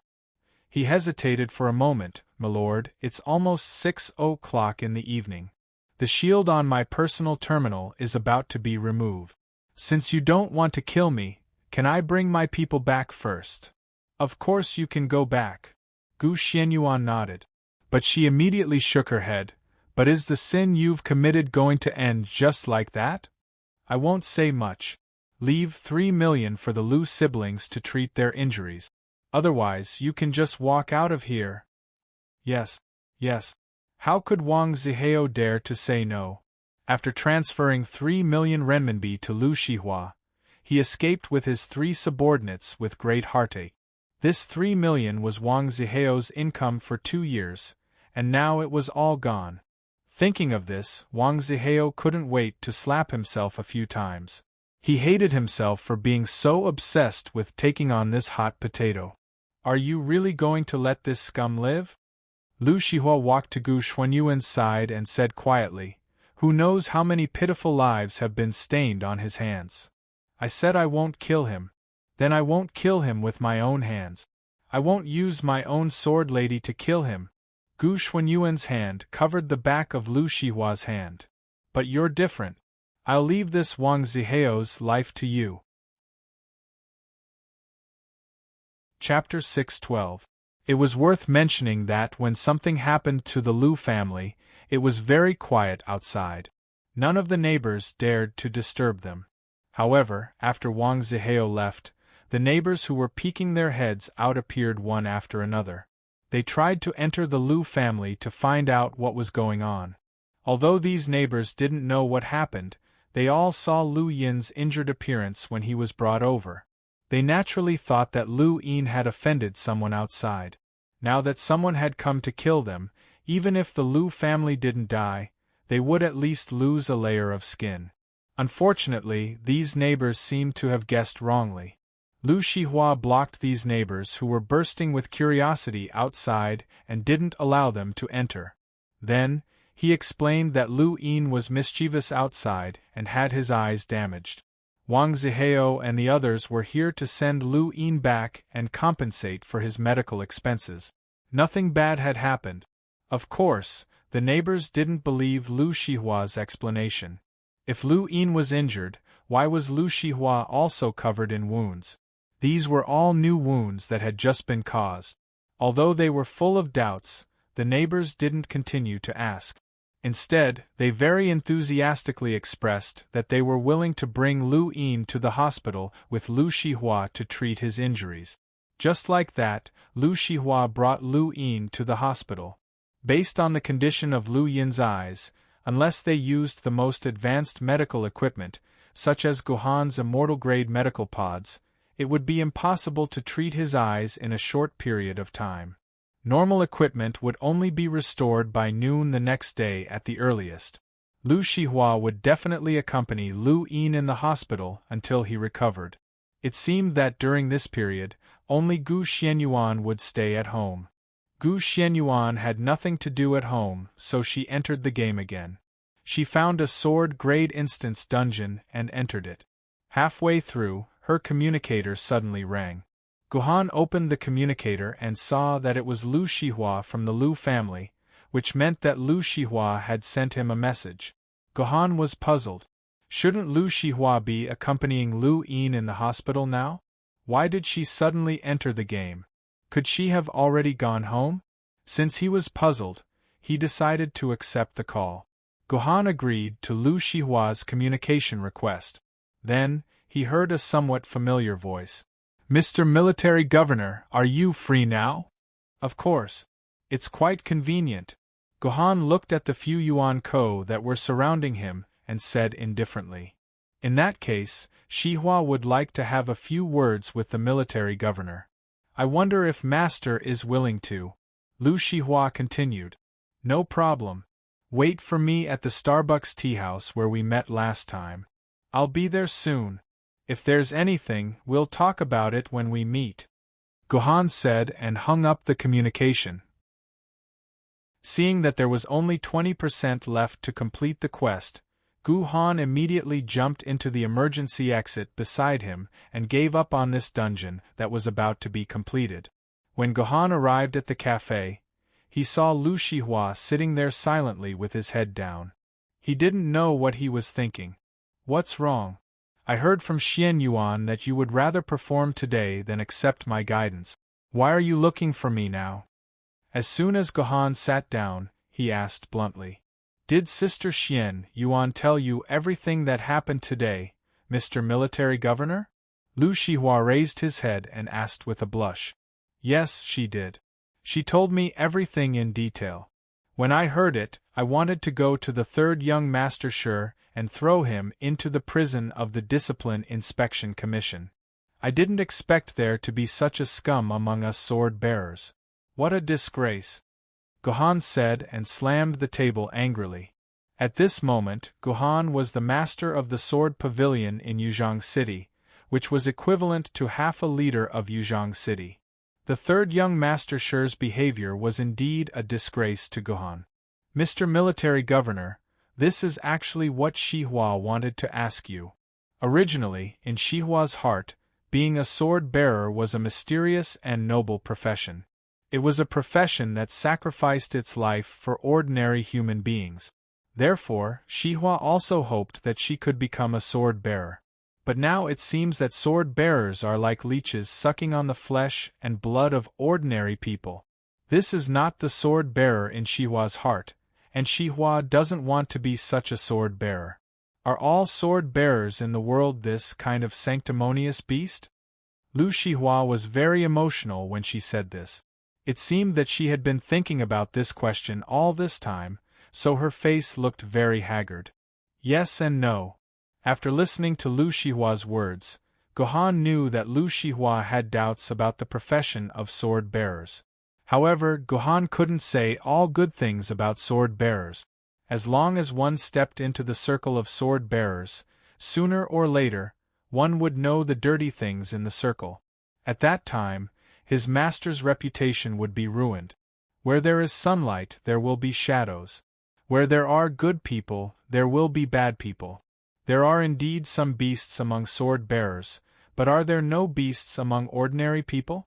Isn't that Wang Zihao also a beast among ordinary people? But in this world, there will always be more good people than bad people, and there will always be more good sword-bearers than bad sword-bearers.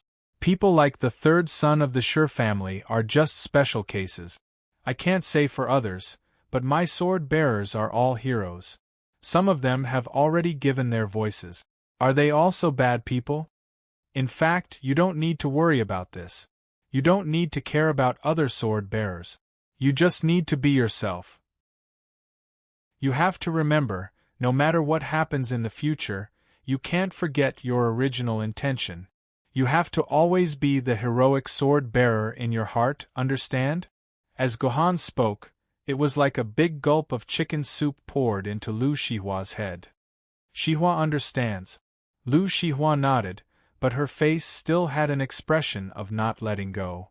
Mr. Military Governor, that Wang Zihao said that ordinary people have laws and personal terminals to monitor, but sword-bearers are free, and there are no laws to restrict them. Is what he said true or false? Do you think that if sword-bearers do evil things and harm ordinary people, the law and the Sword Council won't care about them? The Commission for Discipline Inspection that you speak of, is it just a decoration? Take that third young Master Shi, for example. More than 10 pitiful people have been turned into monsters that are neither human nor animal by him. How can he continue to be free and unfettered? Did the Sword Committee and the Discipline Committee really not discover these crimes? Lu Shihua's words pointed the spearhead from the sword-bearers to the Sword Council, the bureaucracy that manages all sword-bearers in the world. Obviously, Lu Shihua also hated the Sword Council. When Gohan heard Lu Shihua's words, he shut his mouth and didn't say anything. Instead, he clicked on his personal terminal, as if he was communicating with a friend. Lu Shihua didn't say anything, she was waiting for Gohan's answer. After a few minutes, Gohan ended the communication. He stared at Lu Shihua's eyes, causing goosebumps to appear all over Lu Shihua's body. She almost ran out of the tea house. Lu Shihua, originally I was going to make up a few good words about the Sword Council to fool you, but you will be my disciple in the future. Maybe you will take over my current position from me, so there are some things I don't want to hide from you. I'll tell you the truth, but you must remember, no matter how you think or understand what I said today, you can only rot in your heart. Don't say it out loud, or else you and your brother will die. Of course, you can choose not to listen to me. That way you can still happily be a sword-bearer, and don't have to worry about those messy things. I'll pretend that you never asked me this question, Gohan said coldly. The murderous intent in his words made Lu Shihua shiver uncontrollably. She suddenly realized that the military governor in front of her seemed to be a great person, and she had already stepped into a dark world. Once she took another step, it would be irreversible. Shihua understands, Shihua just wants to know the truth. Lu Shihua bit the bullet and said, "Okay, this is your choice. Come with me." Gohan waved his hand, and he disappeared in front of Lu Shihua. Lu Shihua was stunned, and suddenly received a system prompt inviting her to enter the Sword Tomb. Lu Shihua accepted the invitation and came to Gohan's Sword Tomb. She was taken into an empty small room by Gohan. "Take a look at these things." When the door was closed, Gohan threw a pile of photos and some videos to Lu Shihua. Lu Shihua glanced at the photos. They were all young and beautiful girls, but they only had the upper body of a normal human or even just a head. Their other bodies had changed into something that made Lu Shihua's hair stand on end. For example, a beautiful girl still had a normal body, but her limbs had become like those of a dog. A lively tail grew out of the gap of her buttocks, and it could swing freely. She was clearly already a half-human half-dog monster. In addition to this beautiful dog, there were also cats, horses, mice, pandas. Lu Shihua only glanced at these photos, and she was so scared that she threw them back to Gohan. As for a few videos, she didn't even dare to look at them. "Mr. Military Governor, where did you get these things from? Are you good friends with the third son of the Shi family?" Lu Shihua asked in horror, as if Gohan was also a demon. "Humph, if it wasn't for Xian Yuan telling me today, I wouldn't even know the third son of the Shi family. This kind of trash from the Emperor Sword family, I wouldn't even bother to look at them." Military Governor snorted coldly. "I found these from the Sword Committee's database. This is my answer to you. In fact, the Sword Committee already knows everything about the third son of the Shi family." It was rare for Gohan to speak the truth. Chapter 613. The Sword Committee knows all this. Lu Shihua was agitated. Then why doesn't the Sword Committee care? Don't they say on TV every day that they want to protect the lives and property of all humans? Don't they want humanity to return to the beautiful times before the apocalypse? They're all liars. All liars. Calm down. Guhan placed a cup of tea in front of Lu Shihua. Although the Sword Committee is a bit screwed up in some areas, it's still a good organization and a good government. At the very least, it's much better than the government before the apocalypse. Let me ask you, if the Sword Committee wants to fulfill its promise and return humanity to the times before the apocalypse, what does the Sword Committee rely on? Who can the Sword Committee rely on to eliminate all the Yuan Ko? Guhan patted Lu Shihua's shoulder. It can only rely on the sword-bearers, and only by relying on the sword-bearers can we achieve this. Without the sword-bearers, everything is just empty talk. That's why the Sword Committee is naturally on the side of the sword-bearers.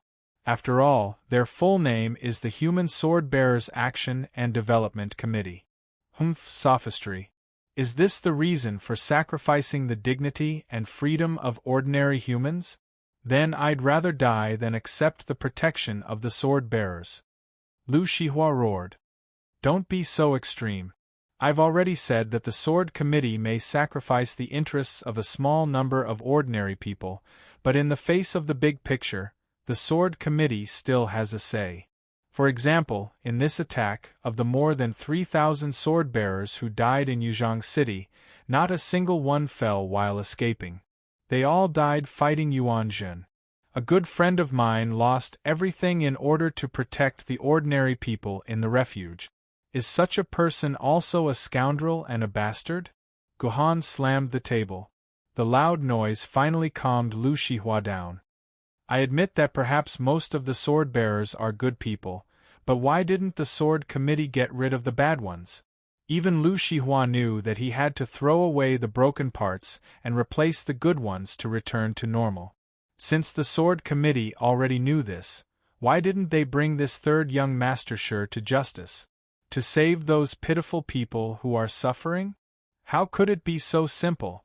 Such vile behavior, if it was an ordinary sword-wielder, the Sword Committee would have long sent him to the Discipline Committee. However, he was a member of Dishan, which was a place that even the Sword Committee could not control. Although those Jiendi families were fighting against each other secretly, they were actually united with each other. Once one of them is moved, the entire Jiendi clan will become restless. But isn't the Sword Commission the highest authority in Yuzhong City? How could they not care about Dishan's business? Lu Shihua was not convinced. That was when Jiendi was around. His Majesty Jiendi doesn't exist now. Guhan sighed. Sword Immortal Cloudy Sky is the only immortal sword rank sword bearer left in the Sword Council, but Mount D has 12 spiritual sword rank sword bearers, which is more than half of all the spiritual sword rank sword bearers in Yuzhong City. Sword Immortal Cloudy Sky is about to die, so his biggest wish is to maintain the stability of Yuzhong City. Before he can suppress Mount D, the Sword Council will not do anything to Mount D. Only when an Emperor Sword Wielder appears in Yuzhong City will the Sword Council be able to extend their reach into Mount Emperor and capture all the bastards there. Do you understand? I don't understand. Lu Shihua shook her head. What you said is too far away for a commoner like me. It's too scary. I've decided that when Little Yin's eyes are healed, we will move out of the core area and back to the normal area. I won't be a sword wielder, and I won't get involved in these things. I just want to protect my brother. I don't want to touch these filthy things. Lu Shihua actually said this. It seemed like the darkness in the world of sword wielder had made her feel hopeless, so she instinctively chose to escape. Shihua, I thought you were smart, but I didn't expect you to be so stupid. With a wave of Guhan's hand, all the photos and videos that Lu Shihua had seen disappeared without a trace. Shihua, I just asked you, do you really want to know the truth of the matter? Since you chose to follow your curiosity, you've already entered the world of sword wielder. You can't escape. To ensure that this matter doesn't get leaked, You and your brother can't escape. You'll kill me, Mr. Military Governor? Lu Shihua stood up and stared at Gohan. I won't kill you. You saved Xian Yuan, which is equivalent to saving me. I won't bite the hand that feeds me. Gohan sighed, but I hid this information from my master. He'll know about me soon.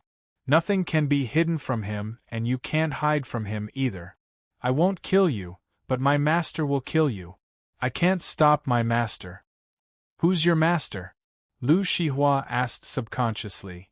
I just said his name. He's Cloudy Sword Immortal, Lu Lei. By the way, if you're willing to be my disciple, he'll be your grandmaster, and we'll be a family. Grandmaster won't blame you for reading this information. At most, he'll scold you. Gohan directly pushed the blame to Lu Lei. All the information was obtained by Gohan using his authority as the Sword Garret Master from the confidential database in Yuzhong City. The authority of the Sword Garret Master was equal to that of the chairman of the Sword Committee. Lu Lei didn't know that Gohan had read this information. Even if he knew, he wouldn't do anything to a poor girl like Lu Shihua. Gohan was just trying to scare Lu Shihua. However, the effect was very obvious. Lu Shihua had already been frightened. She had not expected that her coming to the Admiral to ask the questions in her heart would send her into such a situation where she could not advance or retreat. A wave of grievance welled up in her heart, and her eyes involuntarily became moist. Wipe it! Gohan passed another handkerchief to Lu Shihua. He stood behind Lu Shihua and placed his hand on Lu Shihua's head, quietly caressing it, feeling the soft touch of Lu Shihua's hair. The moment Gohan's hand touched Lu Shihua's head, Lu Shihua, who was filled with grief and indignation, suddenly felt a strong electric current spreading from the top of her head to the rest of her body. No one had ever touched Lu Shihua's head like this.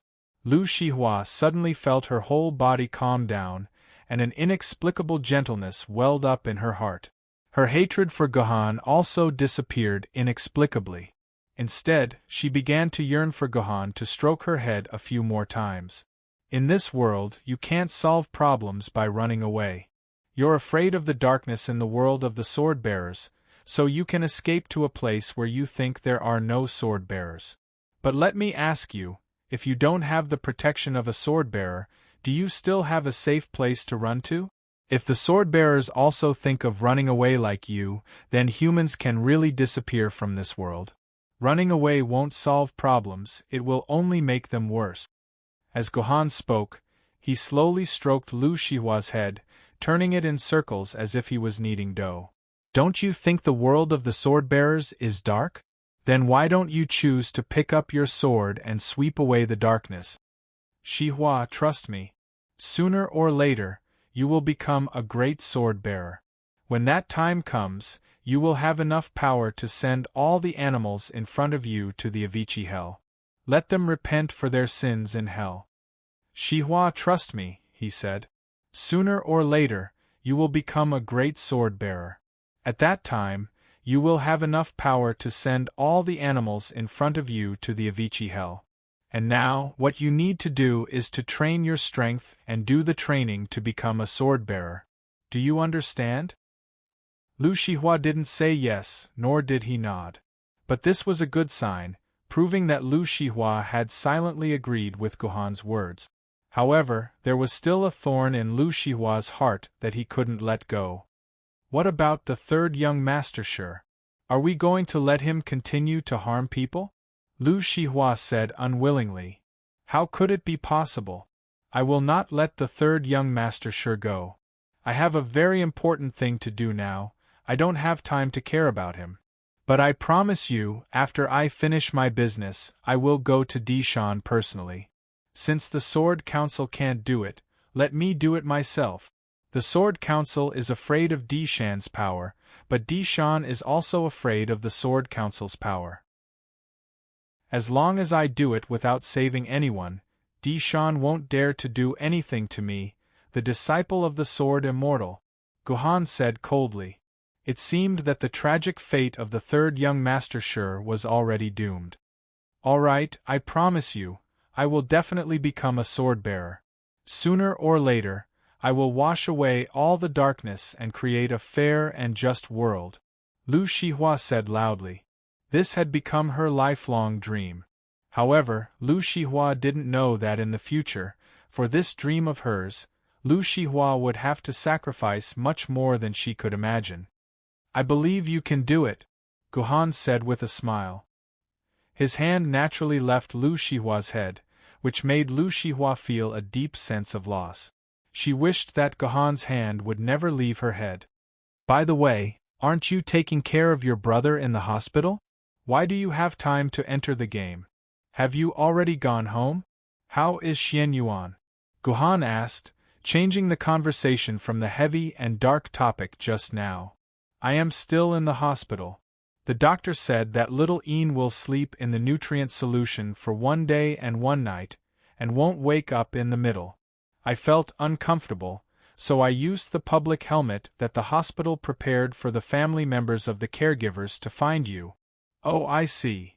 Guhan nodded. "So what do you plan to do now?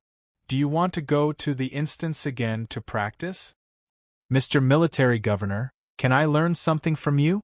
Suddenly, Lu Shihua said, "I am a stupid woman who can't do anything. I want to learn something from Mr. Military Governor. Mr. Military Governor, can you teach me?" "Of course." Guhan nodded. This Lu Shihua was not that stupid after all. Chapter 6:14. Guhan taught Lu Shihua until 2 o'clock in the morning. Not only did Guhan teach Lu Shihua the general knowledge of swordsmanship, but he also tried to teach her some swordsmanship. As a result, Guhan made a shocking discovery. Lu Shihua's physical fitness was quite good, or it could be said that it was terrifyingly good. Guhan's own aptitude was probably at the same level as Lu Shihua's. Lu Shihua only listened to Guhan's basic swordsmanship once and saw it again, and she could use it decently. She did not look like a beginner at all. Moreover, she could also comprehend the indescribable aspects of swordsmanship. This made Guhan very happy. With Lu Shihua's talent, Guhan was confident that he could teach Lu Shihua's swordsmanship to a similar level as his in 2 years. In this way, there would be another powerful sword master in the world. However, when Guhan tried to teach Lu Shihua the swordsmanship of the 9 swords of mysterious heaven, he found that Lu Shihua's talent seemed to have disappeared. Although Lu Shihua could still learn it after seeing it once, no matter how many times she practiced, Lu Shihua's figure always looked so awkward, as if it was twisted into a long towel, full of disharmony. Although it was not that she could not fight like this, if she encountered a swordsmanship expert, Lu Shihua would only die if she used this set of swordsmanship. At first, Guhan could not understand why Lu Shihua, with such a good figure, could not practice the swordsmanship of the 9 swords of mysterious heaven. It was only when Lu Shihua bent down softly during a break and stuck her head out from her crotch that Guhan suddenly realized that it was because Lu Shihua's body was too soft. Indeed, Lu Shihua's body was soft as if she had no bones. No matter how she folded herself, there was no problem. This was also a good thing for swordsmanship practice. This way, all kinds of difficult movements could be easily used.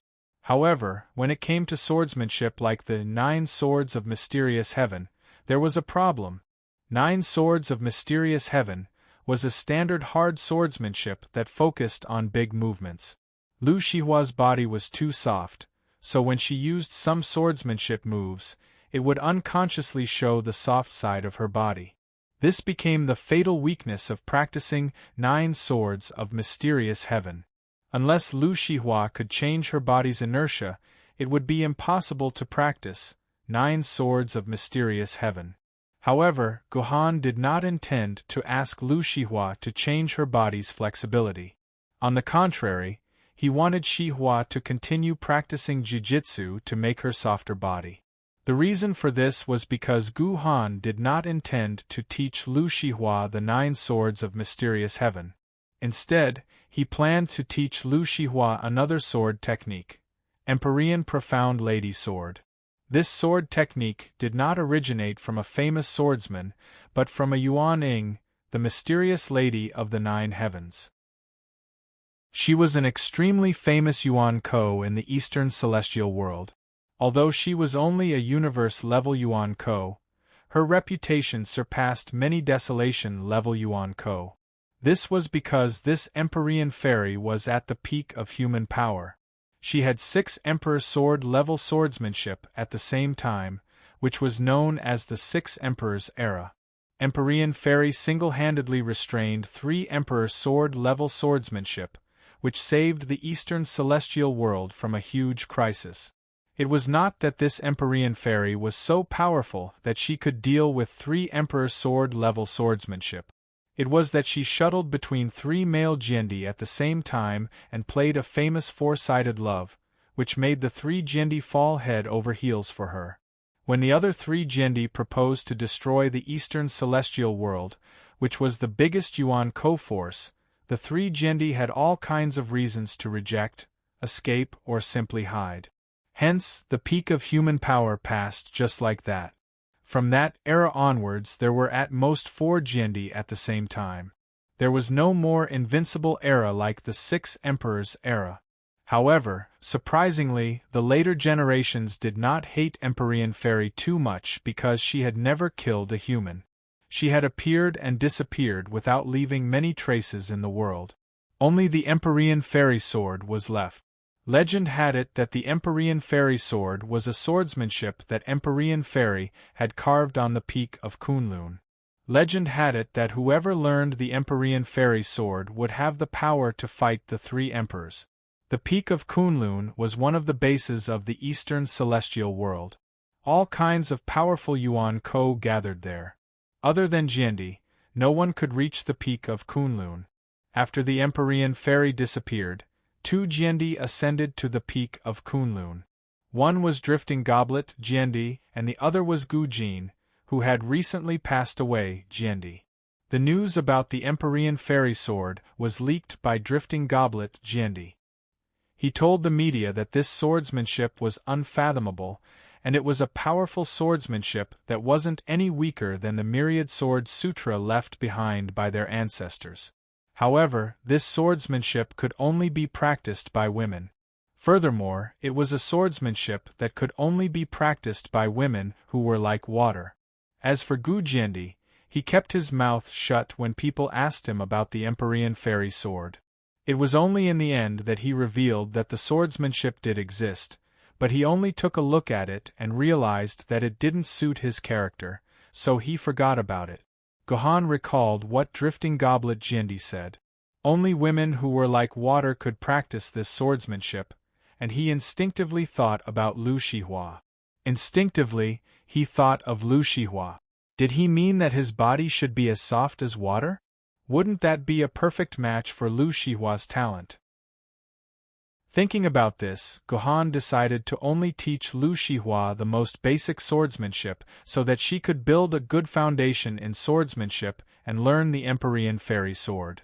Speaking of which, there were only 2 ways to cultivate the Empyrean Fairy sword. The first was to go to the peak of Kunlun and take a look at the stone tablet with the Empyrean Fairy sword carved on it. But it was a pity that it was impossible before Gohan became a sword immortal, and Gohan didn't want to court death. The second way was to ask for it from the Lunyan family. Drifting Goblet Jiendi had made a copy of the swordsmanship, and it was kept in the Lunyan family. Only with the Lunyan family's permission could he obtain the swordsmanship. Why would Drifting Goblet Jiendi keep the Empyrean Fairy sword in the Lunyan family? The reason was simple. Drifting Goblet Jiendi came from the Lunyan family, and he was the 4th Jiendi of the Lunyan family, as well as the last Jiendi. So it wasn't strange for the Empyrean Fairy sword to be kept in the Lunyan family.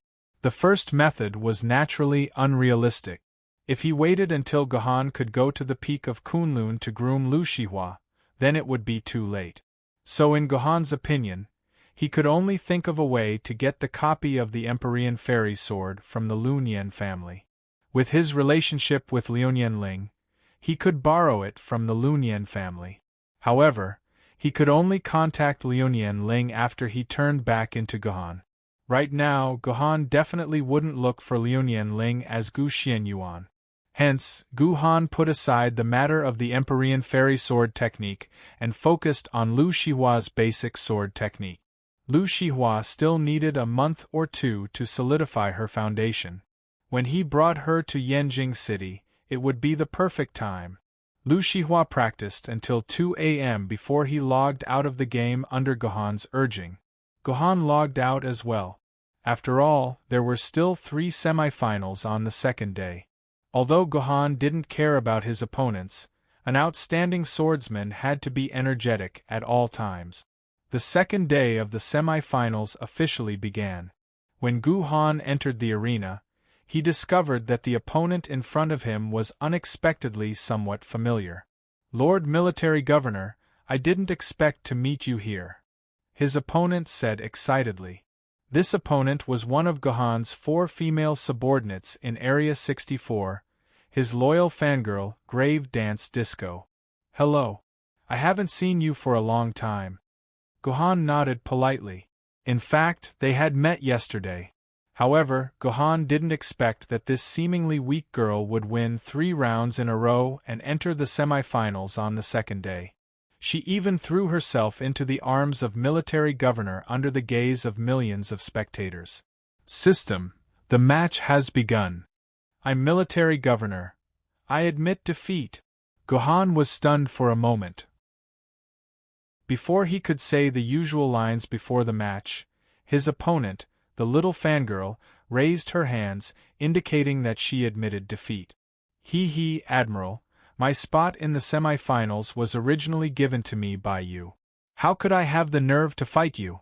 Anyway, I can't beat you, so I admit defeat." The adorable girl giggled as she danced on the grave. Gohan didn't speak and couldn't move. Because the winner had to undergo some system checks, after winning, Gohan would be banned in place for about 10 seconds, unable to move. Lord Military Governor, can you give me a reward?" As the winner, Military Governor couldn't move, but as the loser, Grave Dance Disco could move freely. She quickly rushed to the side of Military Governor and rushed into the arms of the Military Governor at lightning speed. She rubbed hard and sniffed the scent of the Military Governor. Then, she kissed the face of the Military Governor with an intoxicated face. After using up the 10 seconds of the ban, she went offline and disappeared from the side of the Military Governor with satisfaction. "Ah! I want to find out who this bitch is. How dare she disrespect my husband?" a female fan said unhappily in the forum. "With all due respect, Military Governor is my husband, although I'm a cute boy, alright, just because of this adorably silly girl's burial mound disco dance action." The entire forum was once again in a state of war. However, what Gohan didn't expect was that this silly girl's disco dance at the grave was just the beginning. The next 2 battles were almost the same as the first one. In both cases, the opponent quickly admitted defeat and acted like a silly girl. She threw herself into the arms of the Military Governor and kissed the Military Governor on the cheek before going offline with a smile on her face. "Oh right, you guys can guess, the last 2 opponents of Gohan, are they male or female?" Chapter 6:15. When the competition ended the next day, Gu Xianyuan woke up from the game again and saw Lu Yin lying beside him. His eyes had regained their brightness, and they were even brighter than before. However, there were many things in them that Lu Yin had never had before. "Sister Xianyuan, my sister said that I'm weak and asked me to rest on your bed. You don't mind, do you?" Lu Yin asked weakly. "Just lie down. You're a patient." "Why would I mind a patient? Just don't touch me," Gu Xianyuan replied. After this conversation, the 2 of them were silent for a long time. "Big Sister Xianyuan, can my big sister really become a sword wielder?" Lu Yin suddenly asked. Of course, she was personally chosen by him as the sword bearer. "There's no mistake, your sister will definitely become an outstanding sword bearer." Gu Xianyuan nodded and replied. "What about me? My sister and I have the same mother and father. We have the same bloodline. Can I also become a sword wielder? Lu Yin asked excitedly and urgently. It seemed that the previous experience had ignited Lu Yin's burning desire to become a sword wielder. You're only 14. Gu Xianyuan turned her head and looked at Lu Yin. You can ask me this question when you're 18. I can't answer you right now. Every sword bearer starts their journey after they turn 18, so you can still live happily for the next 4 years. Don't think that becoming a sword bearer earlier is a good thing, because you'll never be able to return to your current life. Lu Yin nodded and didn't say anything else. No one knew what he was thinking. Beautiful sister, let's watch some TV. It's so boring. Not long after, Lu Yin seemed to have regained his vitality and suggested to watch TV. Naturally, Gohan could not refuse, so Lu Yin turned on the TV excitedly. As soon as the TV was turned on, a tall and majestic building appeared. In front of the building, there were more than 10 people in bright red clothes. They were standing in a row and seemed to be holding a large sign in their hands. There were also some words written in blood red on the sign. Through the screen, Gu Xianyuan could vaguely see words such as fairness, democracy, justice, fraternity, equality, and law. Strange, isn't this the temporary sword wielder service center of the Sword Council? What are these people doing here? Lu Yin asked in confusion. But soon, the voice of the commentator came from the TV. Dear viewers, what you're seeing now is the scene of the temporary sword wielder service center. We can see that there are more than 10 pitiful people who are full of grievances and helplessness kneeling here, waiting for justice and justice to arrive. According to the information we've received, this isn't the first time these people have been kneeling here. What grievances have they suffered? Why are they kneeling here endlessly? Let's interview some of these pitiful people and hear what they've been through. After saying that, a reporter walked out and walked straight to a young man who was kneeling at the front. He had a white cloth tied around his head, and on it was the word injustice written in big, bright red. Hello, comrade. We are reporters from the Voice of Harmony TV station in Yuzhong City. How long have you been kneeling here? The reporter asked loudly, afraid that the people in front of the TV couldn't hear him clearly. This is the 3rd day. We have been kneeling here for 3 whole days, the young man said while sobbing with tears streaming down his face. 3 days? Have you been kneeling here the whole time? The host looked very shocked. What exactly happened? Why are you kneeling here? Injustice. My father was wronged. The man suddenly burst into tears. My father's head was cut off, but so many days have passed, and no one has come out to tell us what happened. Where is the murderer? They even wanted to cremate my father. If we hadn't used our lives to stop them, I'm afraid my father would have turned into a pile of ashes. Sigh, the man said as he cried. The tears in his eyes flowed down, and his voice was filled with sorrow. Everyone who saw this scene felt the same. For example, Lu Yin, who was next to Gu Xianyuan, became particularly angry. Even his breathing became rapid. These bastards. These officials are all bastards. Is there any law in this world? Before he understood what had happened, Lu Yin began to scold the officials as bastards. This was also human nature. Anyway, if the matter was ruined, then it must be the officials' fault. If the people blocked the government's entrance to seek justice, then it must be the officials' fault. It couldn't be wrong. Don't cry. You're now facing tens of millions of Yuzhong City's citizens. Tell them your story. The truth will not be forgotten. The reporter said righteously and indignantly. Here's the thing. My father is an employee of the public transport company. He has been diligent all his life and has worked hard for more than 30 years. Every day, he has to clean the bus without a trace of dust. Only then can he let the bus go out to greet the guests. His old leader told him that all the buses here are the people's wealth. He must protect every bus and not let these things bought with the people's wealth be stolen. But 10 days ago, when Yuan Ko attacked, my father was afraid that someone would steal the company's buses. So, he took many colleagues and stayed in the parking lot to protect the people's wealth, regardless of the risk of being attacked by Yuan Ko. But at this time, a swordsman appeared. A bastard. He used his own strength to forcibly steal 100 buses from the parking lot. My father didn't let him.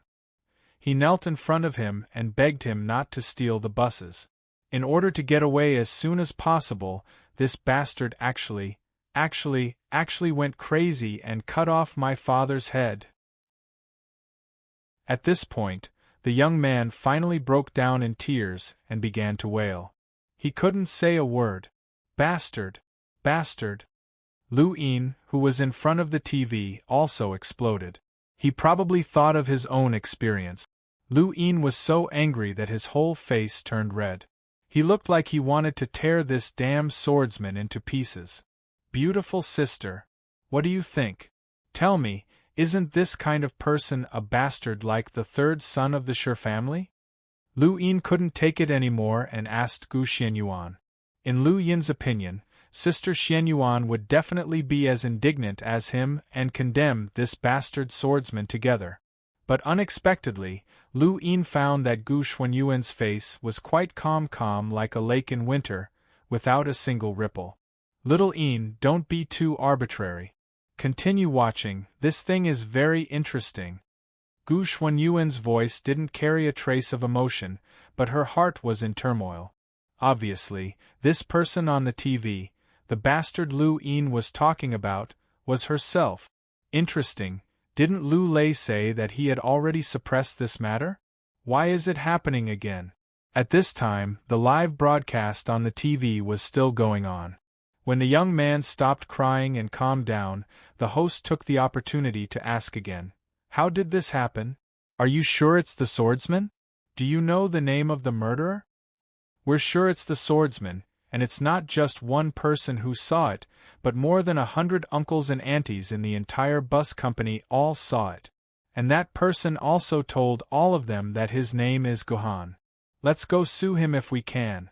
At this point, the young man lit up the white scroll with the words, Eternal Grievance, and solemnly scolded, Surnamed Gu, come out if you have the guts. I'm here to sue you now, come out. Gohan?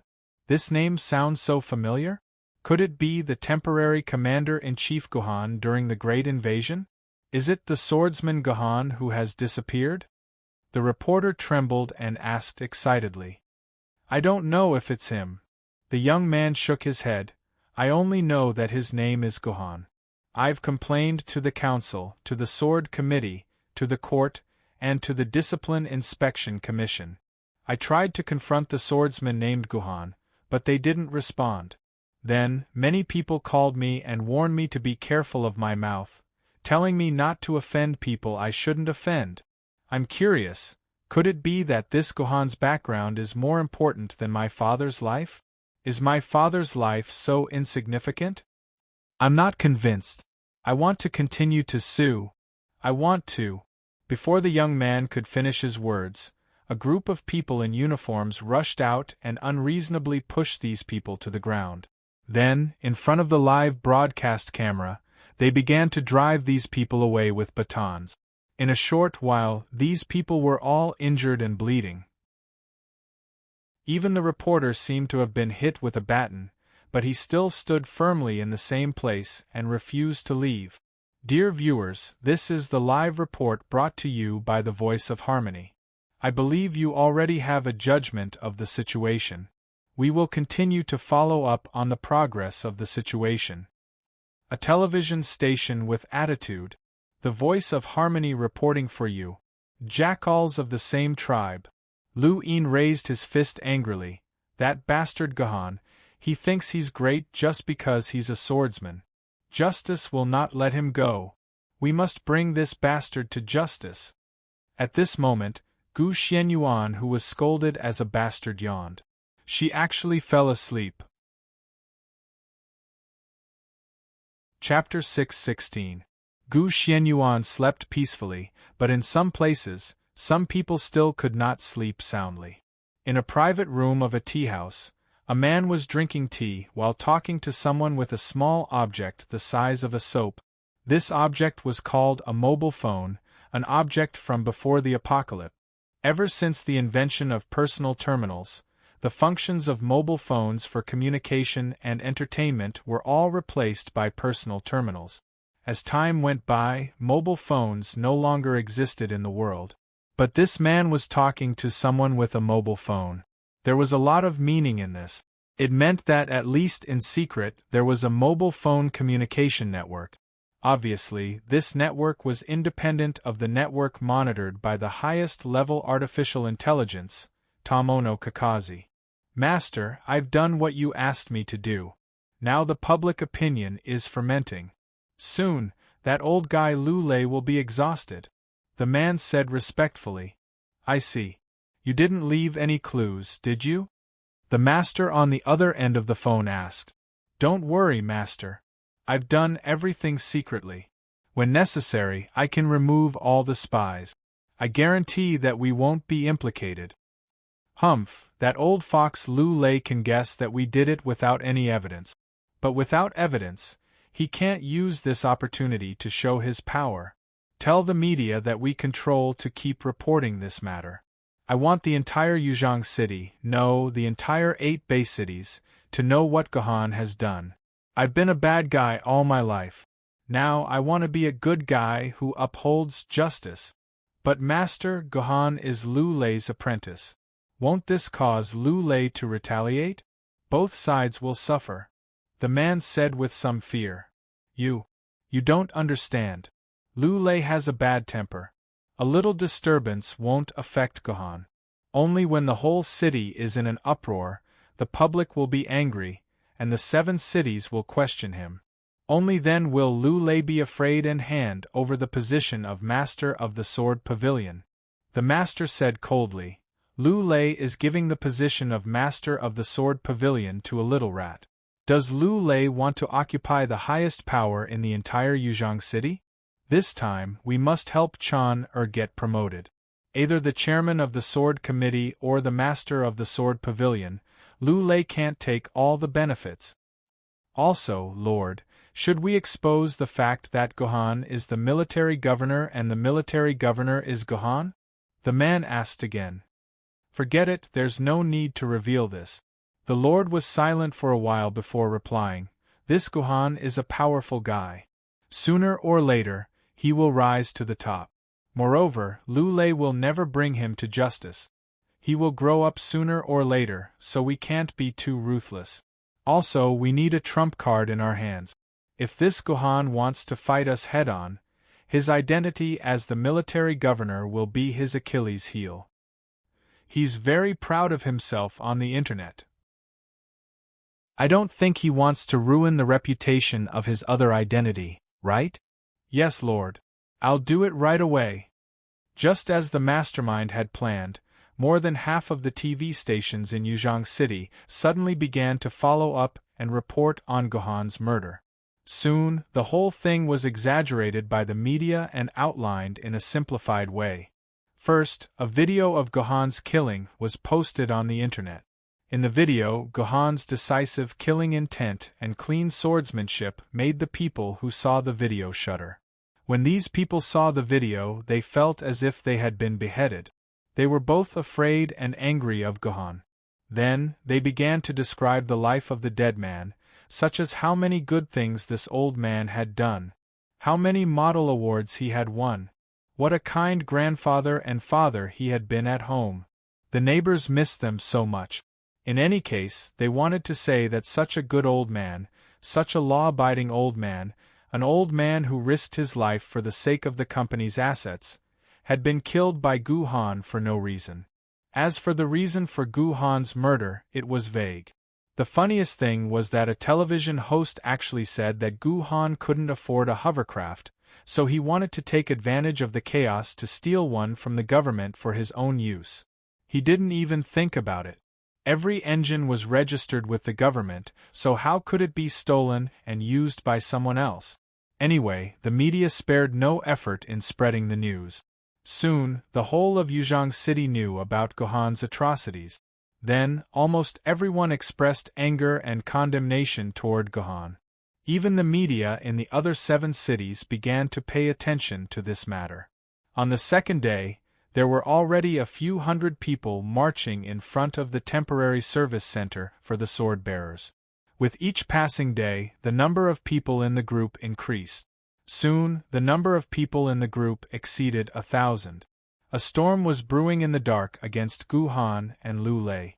Gu Xianyuan wasn't ignorant of these things, but she didn't show the slightest worry, as if this matter had nothing to do with her. She ate and drank as she liked. On the contrary, Lu Yin was very concerned about this matter. He constantly searched for information on this matter on the internet, and gradually became a person who hated Gohan to the core. This idiot didn't think that Gohan's surname was Gu, and so was Gu Xuanyuan's. Even if he couldn't guess that Gu Xianyuan was Gohan, he should have guessed that these two people were related. Today was the last day of the semifinals, and it was also the day that the top 8 and top 4 would be decided. There would be one match in the morning and one in the afternoon. The one in the morning would be the top 8, and the one in the afternoon would naturally be the top 14. However, this was different from other competition days, where different groups of sword-bearers would compete at the same time. When it came to the top 16, the matches would be held at different times. After a pair of opponents finished their match, the other team would take over. This way, all the matches could be seen by the audience. After all, it was the top 16, and those who could enter the top 16 were all absolute experts among the sword-bearers. Their matches were all very exciting. Gohan's match was in the 4th place, which meant that he was in the 4th team to fight. The order was also decided by drawing lot. Gohan didn't look down on his opponents just because he was sure that he would win. Whether it was before or after his match, Gohan carefully observed them and discovered a few talents that were worth paying attention to. The first to fight was a female player called Glass of the 7 Seas. This female player was also a swordmaster. She used a glass sword and her swordsmanship was quite good. Her opponent's sword mistress was forced to retreat, and she used a majestic combo to defeat her opponent. This made Gohan a little suspicious. There were more and more sword masters appearing recently. Had sword masters become worthless? There was another opponent in the top 16 for Gohan. Like Gohan, he had a few scars on his face. This guy's name was set to be hidden. Even if it was a competition, there was no restriction that players had to reveal their in-game names. Players could choose to hide their names.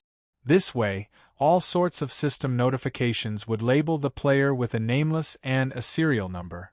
For example, the opponent in front of Gohan was called Nameless 8765. This meant that he was the 8,765th player who chose to hide his name.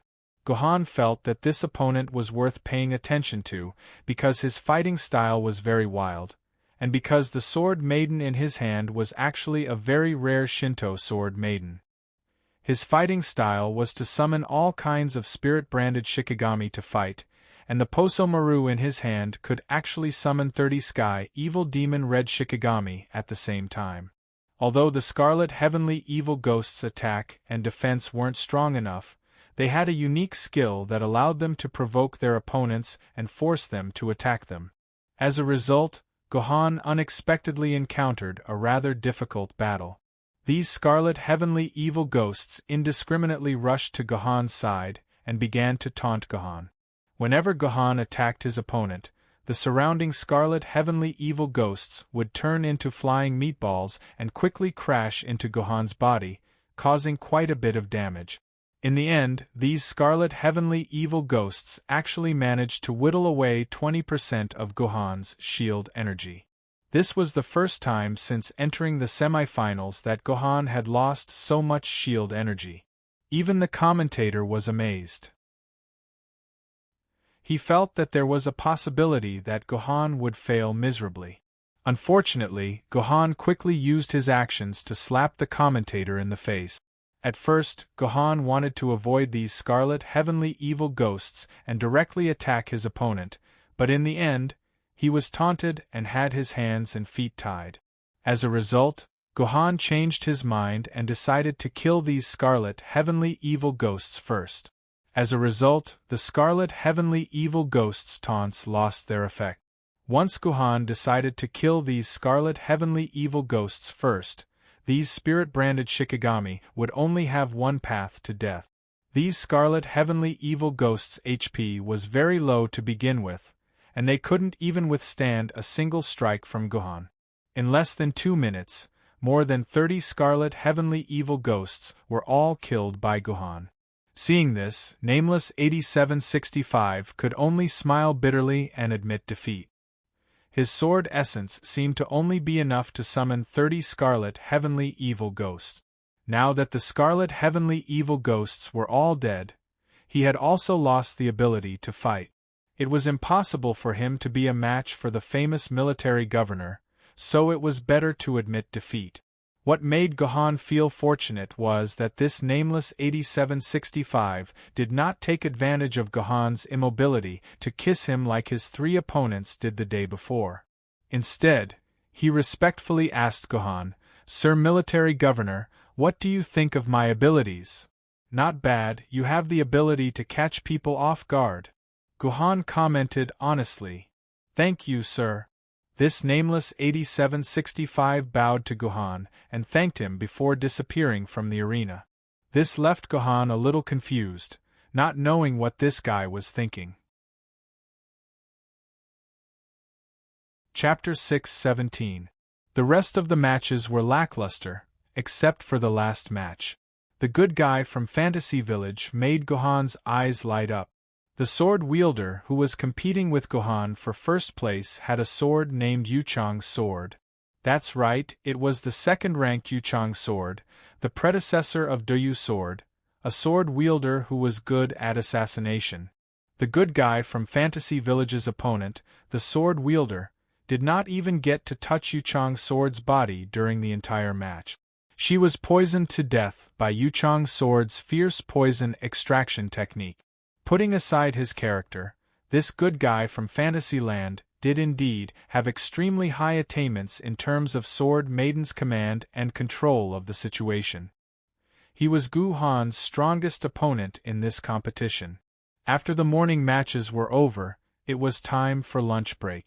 As Gohan was drinking tea and teaching Lu Shihua basic swordsmanship, Gohan's communicator rang again.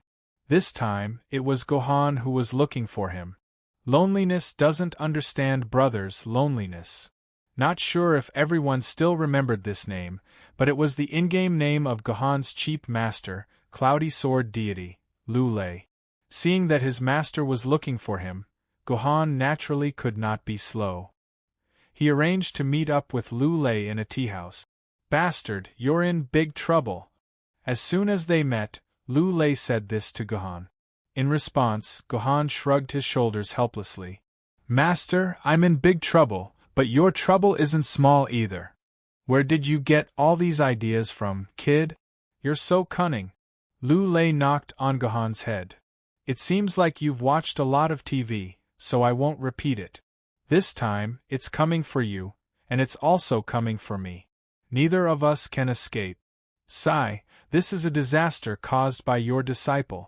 It should be handled by your disciple. It is your disciple who has caused trouble for Master." Gohan bowed and apologized to Lu Lei. "All right, I don't want to hear this kind of nonsense anymore. We, Master and disciple, are bound together. This time, both of us have to deal with it properly. If we're not careful, my reputation for the rest of my life will be completely ruined," Lu Lei said with a bitter face. "They don't have the guts to ruin Master's reputation. Otherwise, they will get themselves into trouble. They don't have the guts. I think they just want to destroy Disciple, and conveniently snatch the position under Disciple's buttocks," Gohan said disdainfully. "Oh my precious Disciple, you can even see through this?" Lu Lei patted Gohan's head. "I want to ask you, who do you think is behind this? Besides those people in Mount D, who else could it be? It's nothing more than seeing us Master and Disciple occupy all the power in Yuzhong City." They are deeply uneasy, so they decided to ruin my reputation, force me to abdicate, and give the position of Sword Pavilion Master to their people. To be able to mobilize more than half of the TV stations and media in Yuzhong City, this power is definitely not something that a single Jiandi family can play. I'm afraid there are at least 3 or 4 Jiandi families involved. Guhan analyzed almost all the tricks in one breath, which stunned Lu Lei. My goodness, even with your master's lifetime of experience, it took him one night to figure it out. You little bastard, you actually thought it through. I think even if I throw the sword committee to you, you won't be played by those old foxes. Lu Lei exclaimed in admiration. From the looks of it, he already had the intention to throw the sword committee to Guhan. My good master, the sword committee is like a brazier. Before disciple has the strength of master, it's impossible for me to sit in that brazier. Guhan smiled. Master, why did you come to find me? Originally, I just wanted to remind you not to panic and to follow my instructions. But since you've thought it through more thoroughly than me, then let me ask you, what do you think you should do? Nothing. Guhan's eyes were shining with wisdom. Anyway, now that Guhan has disappeared, I can at least announce my death and live incognito for a few years. When I have the strength of spirit sword level, I can deal with these bastards. This is the worst plan, the most undesirable one. Let me ask you, what's the best plan? Lu Lei waved his hand and rejected Guhan's idea. However, even if Lu Lei didn't reject it, Guhan wouldn't use this method. This method was too suffocating. The best plan is actually almost the same as the worst plan. Guhan smiled mysteriously. There are 2 things that are most frightening in a fight. One is not knowing where the opponent is, and the other is not knowing what kind of moves the opponent has. Now that I have both of these points, the ones who should be anxious should be them, not us. They are like boxers who clench their fists and are ready to punch, but they don't even know where I am, so how can they fight? Just let them be, let them fight. No matter how lively Wang Baoqiang is, there will be a time when he belongs to Wang Feng.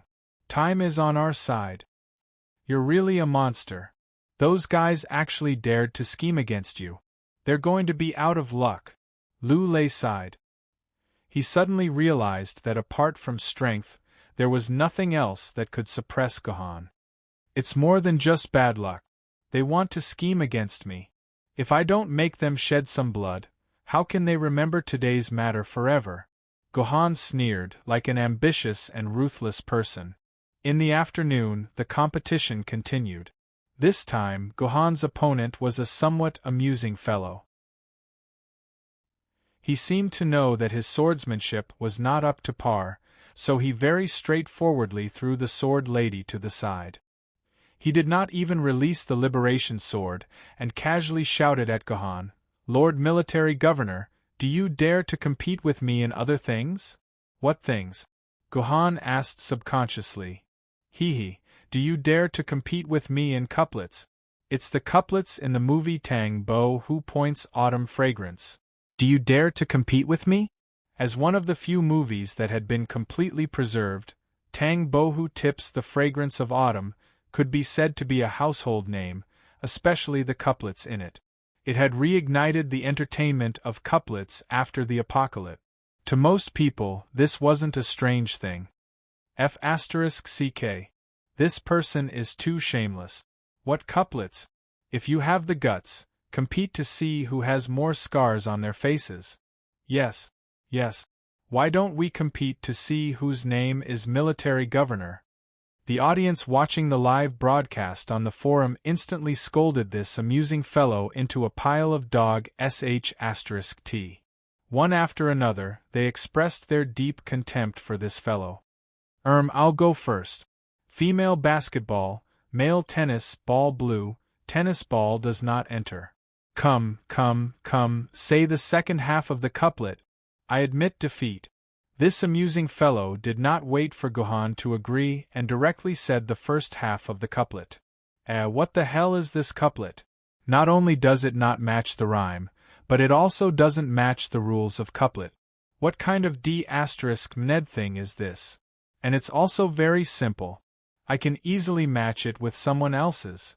Pistol left, machine gun right, pistol and machine gun mute. A forum netizen wrote excitedly in the forum. Yes, this is too simple. I also have one. Celestial sparrow sparrow, peacock sparrow sparrow, peacock sparrow does not come. South Guangzhou, North Tongzhou, South Guangzhou, Tongzhou does not exist. Alright, the forum was instantly flooded with all sorts of couplets that the gamers had come up with. The gamers had all turned into couplets experts and wrote neat and tidy couplet. Haha, my couplet is very simple, isn't it? Sir Military Governor, you can just randomly match one. It's fine, it's very simple. This amusing fellow said to Gohan. However, Gohan did not speak. He looked at this amusing fellow, not knowing what was on his mind. It's a very simple couplet. Military Governor, just randomly think of one to match. The gamers on the forum saw that Gohan did not reply and could not help but urge him. To them, this was such a simple couplet. There were almost 1,000 answers posted on the forum. Just as the surrounding crowd was complaining about Gohan's slow speed, Gohan suddenly spoke. A very impressive couplet. This is actually a word riddle couplet. The first half of the sentence, female basketball, male tennis, is a riddle. The second half of the sentence, ball blue, tennis ball, does not enter. It is a dynamic description of the answer to the riddle. Therefore, in order to match this couplet, you have to use the same formula in the first half of the sentence to set up a riddle. At the same time, the noun in the first half of the sentence is used as a verb in the second half. Gohan spoke incessantly. The audience who were watching the live broadcast were stunned. Not many people actually understood what Gohan was saying. Sir Military Governor, you are indeed extraordinary. This amusing fellow's expression became serious for the first time. Ever since I created this couplet 10 years ago, no one has been able to match it. In fact, only a few people could even understand it. Sir Military Governor, you were able to identify the mystery within the couplet the first time you heard it. I am very impressed. In that case, Sir Gohan, please tell us the second half of this couplet. I can't match it. Gohan shook his head frankly. Give me a month, and I might be able to think of it, but now I can't think of it. Then I win. Hearing Gohan's words, the amusing fellow instantly became excited. You can't match my couplet. I win. Haha, I win, Military Governor. I win. Before the amusing fellow could finish his celebratory action, he was blinded and fell to the ground. The protective shield on his body was instantly erased. System. Player Military Governor has won. Why? You didn't keep your promise. The defeated amusing fellow angrily stood up from the ground. Looking at Gohan, who had sheathed his sword, the amusing fellow angrily scolded Gohan. Hey, which ear of yours heard that I agreed to let you decide the outcome of the match? Gohan threw out such a sentence, and immediately made this clown speechless. Although the competition had ended inexplicably, the discussion about the couplet on the forum had not ended. A group of people kept discussing about the mystery behind the couplet. They could not understand it at all. Until a netizen named Big Onion slapped himself on the head. With a flash of inspiration, he wrote down an explanation that made everyone gasp in admiration. Men's tennis and women's basketball are indeed a riddle. The answer to the riddle is, isn't a man's testicles the ball in the net, while a woman's hymen is blocking the ball? The thing on the man's ball wants to go in, but the woman's hymen is blocking it. Doesn't this mean that the ball can't go in? Men and women correspond to each other. Tennis and basketball correspond to each other. Men's tennis and women's basketball correspond to each other. What's more frightening is that when the ball and the tennis ball are put together, they become a fanciful movement that corresponds to each of the previous words.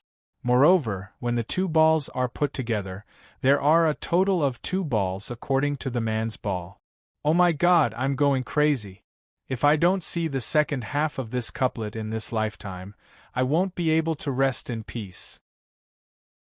After listening to this netizen's explanation, all the onlookers knelt on the ground and worshipped the amusing fellow who came up with this couplet. Then, this couplet quickly spread throughout the world. Generation after generation of couplet masters lost all their hair because of this. They could not think of the second half of this couplet. Chapter 6:18. After exiting the game, Gu Xianyuan was pleasantly surprised to find that her toes could bend slightly. This meant that Gu Xianyuan had recovered all her senses and was one step closer to turning back into Gohan. Unfortunately, Gohan still couldn't control the sword essence in his body, so he couldn't control his dimensional pocket. He didn't know how the 3 Egyptian deities and the 8 poor were doing in the dimensional pocket. Logically speaking, the 3 Egyptian deities had already woken up and were probably cursing in the dimensional space now. However, they had stayed in the trial formation for more than 700 years, so they should have a lot of patience. What really worried Gohan was the 8 poor. Because he was worried that he couldn't beat the Nether River Patriarch and would die tragically in the hands of the Nether River Patriarch, Gohan had forced the 8 poor into the dimensional pocket in advance. He didn't know if the 8 lively little guys had suffocated to death in there. Anyway, before he recovered his sword essence, everything would be in vain. Gu Xianyuan stayed in the Lu family and felt a little comfortable. The only thing that made Gu Xianyuan unhappy was that Lu Yin, the idiot beside her, hadn't given up on denouncing Gohan.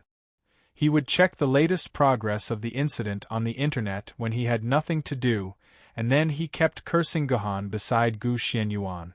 Fortunately, Gu Xianyuan was open-minded and didn't do anything to this guy. But this time, Lu Shihua was very calm. Not only did he not blame Gohan, but when Lu Yin was cursing, Lu Shihua actually scolded Lu Yin and told him not to talk nonsense if he didn't know the truth. Hearing this, Gu Xianyuan nodded secretly, and she liked Lu Shihua even more. There were still 3 days for the final of the 8-city sword conference. During these 3 days, Gohan was wholeheartedly teaching Lu Shihua swordsmanship. Time passed quietly, and when there was only 1 day left before the final, Lu Lei suddenly brought 2 very bad news to Gohan. The first news was about the development of the situation. Lu Lei told Gohan that his beheading had attracted the attention of Long Shurjendi, who specially sent a decree to the Yuzhang Sword Committee, asking them to submit a complaint report to him within a day. At the same time, he also sent a special envoy to Yuzhang City to fully cooperate with the special envoy's investigation. Because of this matter, Lu Lei was so angry that he stamped his feet. In his original words, he said, "These treacherous bastards, if they want to fight with me fair and square, then so be it. Whether we win or lose, we will bear the responsibility. In any case, it is Yuzhang City's own business, and there has never been a reason for outsiders to intervene. These bastards even borrowed the power of Long Shurjendi. God knows what benefits they promised to Long Shurjendi. Anyway, these benefits can't be their things. They must use the resources of Yuzhang City. I can't wait to kill all these bastards."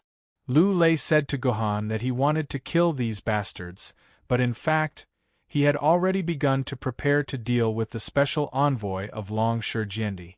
It was said that the special envoy had already reached the border of Yuzhang City and would arrive there in a day or 2. If the hands of the City of London and Long Shurjendi got involved, it would be a very troublesome thing. There was Long Shurjendi suppressing them, the public opinion of Yuzhang City, and more than 10 spirit sword-level sword-bearers of Di Shan's faction in the middle. Lu Lei and Gohan's situation could be said to be forced into a corner. Once Long Shurjendi said that Gohan was guilty, and then mobilized the Sword Committee to punish Gohan, then unless Gohan immediately became an immortal sword-level sword-bearer, he might still be trapped in the prison of the Discipline Commission. Therefore, the special envoy of the City of London became crucial. If he could shut his mouth, then everything would be much easier. Unfortunately, it was not easy to make the special envoy of Long Shi Jiandi shut his mouth. Anyway, this was a headache for Lu Lei. At worst, Guhan would hand over the position of the Sword Pavilion Master of Yuzhong City. Anyway, he did not have much attachment to this lame position. However, what made Guhan a little strange was that it would take at least 10 days to reach Yuzhong City from London, and his matter only began to ferment 4 days ago. That was to say, this special envoy had already set off from London 4 or 5 days before the outbreak of time. However, when he thought about it carefully, it did not seem strange. Di Shan's family deliberately wanted to get rid of Guhan. Perhaps they had already colluded with Long Shi Jiandi. Long Shi Jiandi had sent the special envoy one step earlier, and it was very likely that Yuzhong City would be unprepared. Anyway, this was the territory of Yuzhong City, and Lu Lei was the only sword holder of the fairy sword level in Yuzhong City. He was just a special envoy of the City of London. Could he overturn the sky of Yuzhong City? This was the first news that Lu Lei had given to Guhan. The second news was about Guhan's 3 sword ladies. According to the cleaning, only Guhan's heaven-reliant sword had been found. It was extremely badly damaged, almost on the verge of breaking. This also meant that there was actually no big problem with the heaven-reliant sword. It was not broken. There were many sword forging masters and materials in Yuzhong City. Under Lu Lei's strict order, the heaven-reliant sword had almost been repaired. What really worried Lu Lei was that the other 2 sword ladies, the Qinpin sword and the Douyu sword, had not been found. Lu Lei had almost turned the entire core area upside down. He had even used Tomono Kakazi's power to search all the places in Yuzhong City where the surveillance cameras could see, but he could not find the shadow of the Qinpin sword and the Douyu sword. He was afraid that they were either completely destroyed or secretly hidden by someone. If he had told Guhan this news 2 days in advance, Guhan would have been burning with anxiety. Even if he had to use a wheelchair, he would have searched the entire Yuzhong City to find the 2 missing sword ladies. However, when he heard the news 2 days later, Guhan was very calm. Just yesterday, Guhan had restored a weak connection with the sword mark. Through the sword mark, Guhan could clearly sense that the 2 little guys were still alive and kicking. The reason why Lu Lei could not find the 2 guys was that his targets were the sword ladies in the form of swords. But in fact, the 2 cute girls were still living in the form of sword ladies, even without the support of Guhan's sword element. Lu Lei did not pay attention to the little girls on the street at all, so naturally he could not find Qinpin's sword and Douyu sword. Therefore, Guhan comforted Lu Lei and told him not to worry. He told him that he had found Qinpin's sword and Douyu sword, and that he did not need to worry anymore. The most important thing was to prepare to deal with Long Shi Jiandi's envoy. Alas! Yuzhong City has just escaped from a great disaster, and these people have begun to fight among themselves. When I die, God knows how many days of peace Yuzhong City will have. Lu Lei finally ended his meeting with Guhan with a sigh. Kill. Kill. In a small alley in the core area of Yuzhong City, 2 groups of people with swords were fighting fiercely. One by one, they slashed their swords at each other. Their reckless spirit was even more ruthless than the sword bearers. Seeing this, everyone probably thought that it was a group of reckless gangsters fighting for territory. But in fact, these people who were fighting were just little kids. The oldest one was less than 14 years old. Taking a closer look, the weapons in their hands were actually plastic swords, and the tip of the swords was deliberately added with a piece of sponge. Hitting the body would only cause some pain, but it would not hurt anyone. These little kids were also very well behaved, avoiding the vital parts such as the head, heart, and crotch. At most, they would suffer some flesh wounds and sleep for a day. Ouch! It hurts! I'm hurt! I'm going to die! After an anxious fight, the little kids in red uniforms successfully defeated their opponents and won the battle. But their victory was also very miserable. Only 3 of the more than 20 people were still standing. Stinking poor, I've won. My brother is mine now. Seeing this scene, a little girl with a dirty face jumped out of nowhere. The 3 little kids who were still standing immediately went up to her and smiled flatteringly. Big sister is right. Big brother is definitely big sisters. He must be big sisters. Who said that? You were just lucky today. In terms of total, Chinpin won 4 games, and you only won 3. What are you so proud of? Chinpin also came out from the corner. He was very unhappy to see his underlings lying on the ground. He stomped his feet fiercely. You useless things! Don't eat tonight. All of you go practice swordsmanship. Hee Chinpin, practicing swordsmanship is your business. Shouldn't you ask them to hand over their pocket money? Our brothers are still waiting to get their share. Douyu said with a smile. Chinpin rolled his eyes and angrily ran to each of his underlings. Under their pleading eyes, he mercilessly took away their pocket money. Then, he gathered them together, turned his head, and handed them all to Douyu. Let me count. It seems that there's a lot of money today. Douyu happily counted the money that Chinpin had handed over and found that there was actually more than 500 yuan. You 3 have done a meritorious deed. 50 yuan each. Douyu first gave 50 yuan to each of the 3 people who were still standing. The 3 of them held the money happily.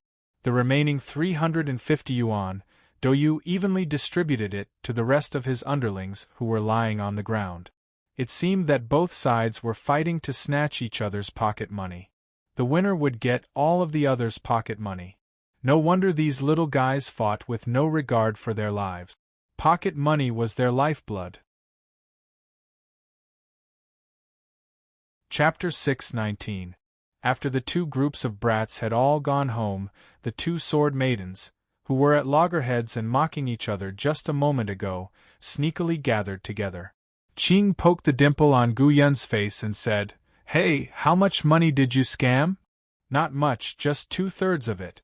Gu Yun smirked and took out about 1,000 RMB from her hand, as if she was performing a magic trick. Good heavens, Gu Yun is really unscrupulous. She actually deducted 2/3 of the pocket money from a group of children, even though they are also children. I want to eat meat. Chinpin looked at the money with stars in his eyes and shouted excitedly. I want to eat meat. Chinpin hasn't eaten meat for almost 20 days. Chinpin wants to eat meat. You're not allowed to eat. We have to keep this money to find Big Brother. This money isn't even enough to fill the gaps between your teeth. Gu Yun rejected cruelly. No way. No way. Chinpin wants to eat meat. If Gohan was here, he would definitely use this money to buy meat for Chinpin. Poor Qing jumped onto Gu Yun's head, constantly poking at the dimples on Gu Yun's face, shouting as he poked at her. Get lost. I'm not a lolicon like Big Brother. He can't do anything when he sees a loli acting cute. I'm also a loli. Why don't I clamor to eat meat? Gu Yun let Chinpin ride on her neck. Chinpin, listen to me. We have to use this money to find Big Brother. As long as we find Big Brother, you can eat as much meat as you want, right? But where is Gohan? We haven't found him for so long. Chinpin's feet are swollen from walking, but we still can't find Gohan. Chinpin pouted. Gu Yun, do you think Gohan is already dead? Why don't we split up Gohan's head and go home? You idiot Chinpin, we don't have a home. Gohan is our home. Gu Yun slapped Chinpin's butt. And his brother is definitely not dead. If he is dead, we will turn back into swords. How can we still be alive? So, Gohan must be trapped somewhere. Etian has already been taken away. Big Brother doesn't have the sword lady by his side, so he can't escape. So, we must find Big Brother. Do you understand? Got it. Let's go eat meat. Chinpin had an expression of, I've been convinced. How about this, let's go eat pork noodles, okay? 1 mouthful of meat is equivalent to 10 mouthfuls of meat. Gu Yun gave a good suggestion, and Chinpin kissed Gu Yun's face. The same taste as Gohan. Little slut. Guyun blushed. When did this Chinpin learn how to flirt with girls? It's all Gohan's fault. The semi-finals began. Gohan's match was scheduled to be in the morning. After the Ancient Sword Group's match was over, it was Gohan's Treasured Sword Group's turn. Based on the principle that the more attention there was, the more the Ancient Sword Group, Treasured Sword Group, and Famed Sword Group's match was scheduled to be in the morning, while the Spiritual Sword Group, Immortal Sword Group, and Emperor Sword Group's match were scheduled to be in the afternoon. Originally, Gohan's match was more popular than the Spiritual Sword Group, so it should have been in the afternoon. However, this was a rule that had been passed down for 200 years, so it couldn't be changed just because of Gohan. The first match was the Ancient Sword Group's semifinals. Because of the strength of the Sword Ladies, most of the Ancient Sword Ladies were fighting hand to hand. Very few of them were able to use any flashy skills, so the matches were very boring. The matches were also very fast. In less than half an hour, the Ancient Sword Group's semi-finals were all over. The remaining matches were for the 8th to 5th place.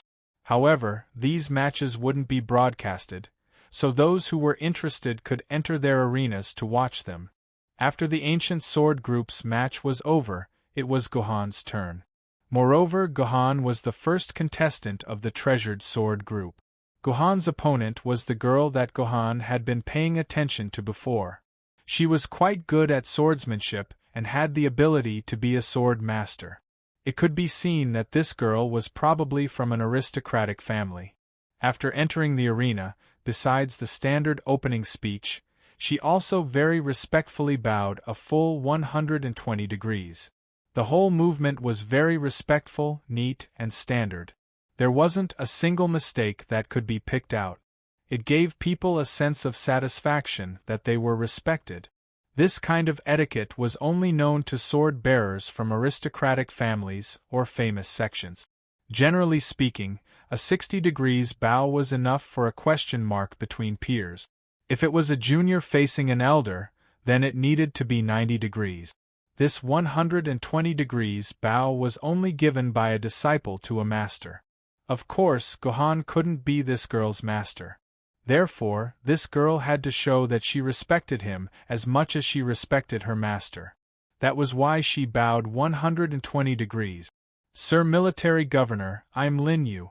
I've watched all of your battle videos, and I've admired your fighting skills and swordsmanship for a long time. I know that I'm no match for Sir Military Governor, so I should throw my sword and admit defeat. However, thinking about being able to spar with Sir Military Governor, my heart is filled with excitement. Today, I've made a fool of myself in front of you.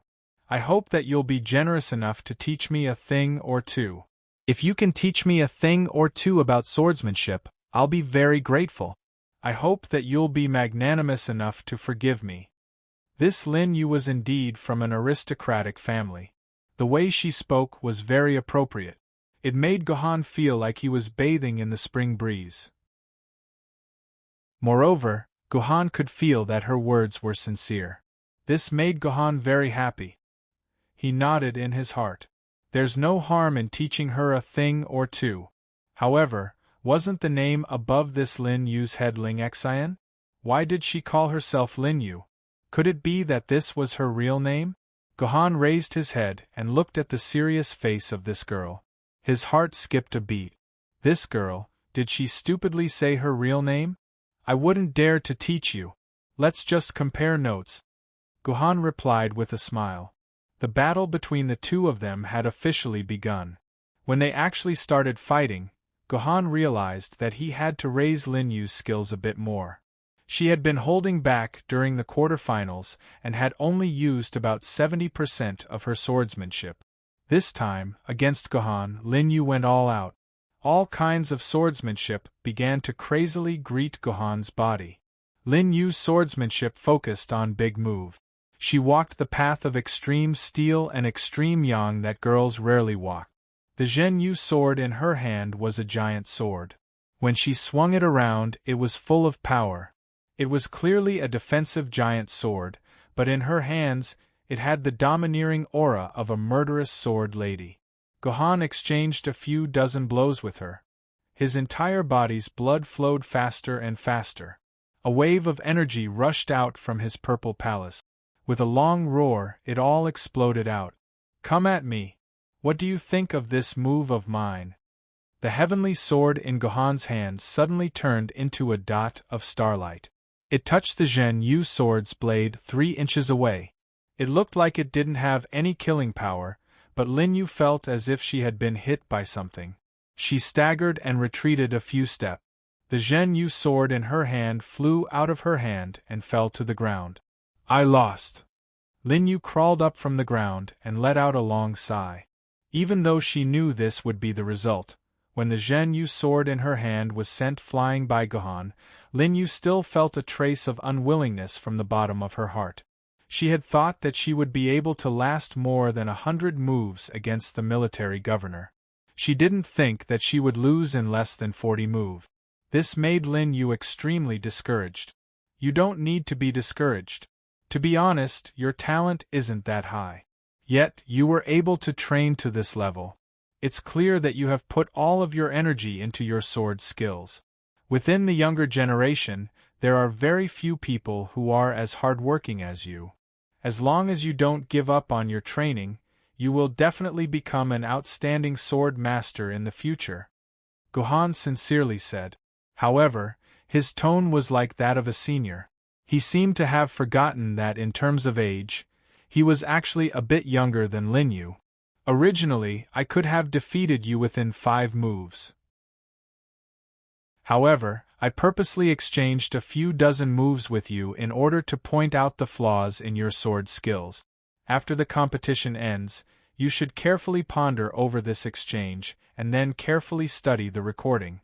I believe that your sword skills will reach another level." Gohan's words made Lin Yu feel extremely ashamed. She felt that she couldn't even take 5 moves from him. The battle between Gohan and Lin Yu ended peacefully. However, the two of them would cross paths again in the future. For now, let's not talk about it. After Gohan's semi-final, it was the turn of the good guy from Fantasy Village. This guy, who regarded Gohan as his biggest opponent, also neatly defeated his opponent. Tomorrow's final would be between Gohan and the good guy from Fantasy Village. Then, it was the semi-final of the famous swords group. Gohan watched these two battles very seriously. If it was as he expected, then there would be opponents for him in these two battles. Gohan's ambition wasn't just to be the champion of the treasured swords group.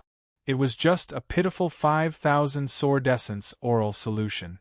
If his goal was revealed, it would shock everyone.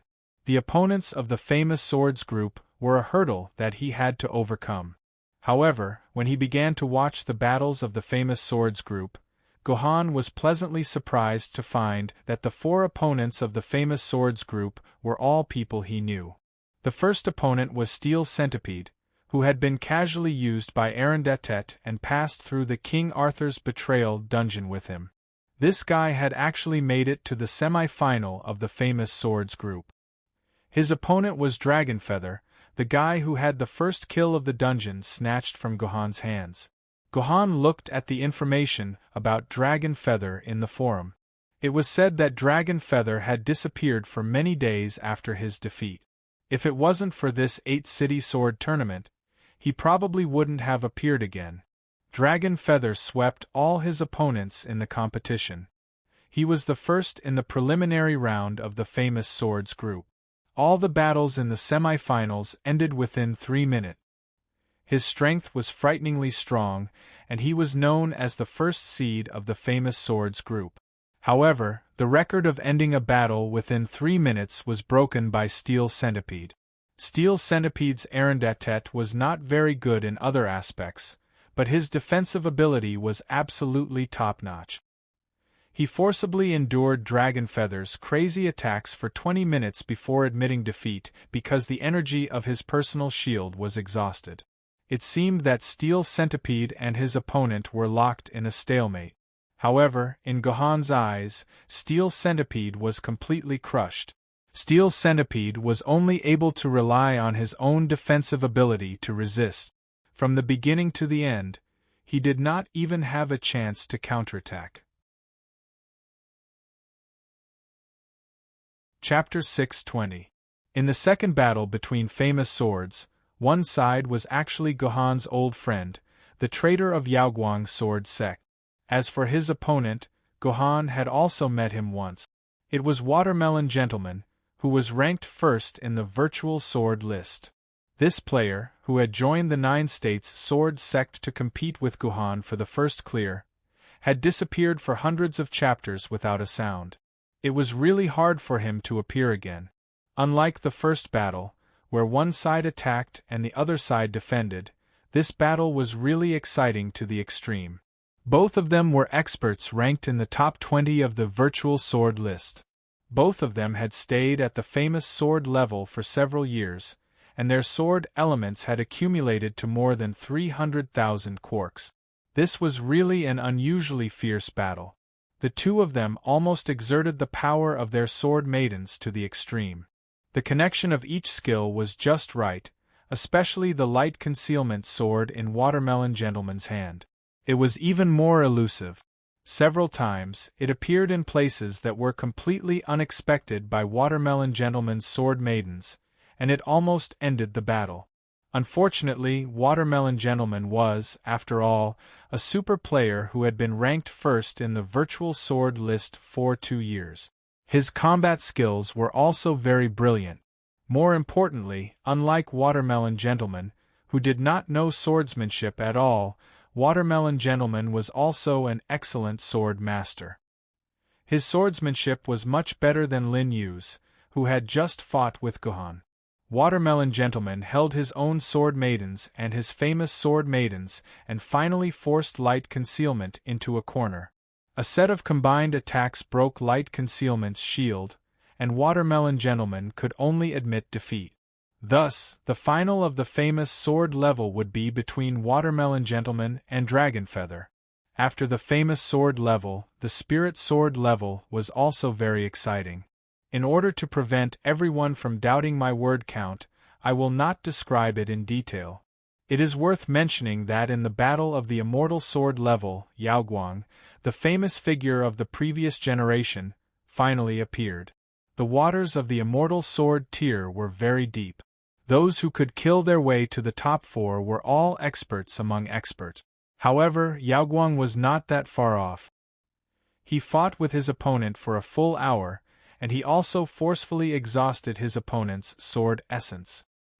He forced his opponent to throw his sword and surrender, and advanced to the finals. As for the Emperor sword level battles that followed, Gohan did not bother to watch them.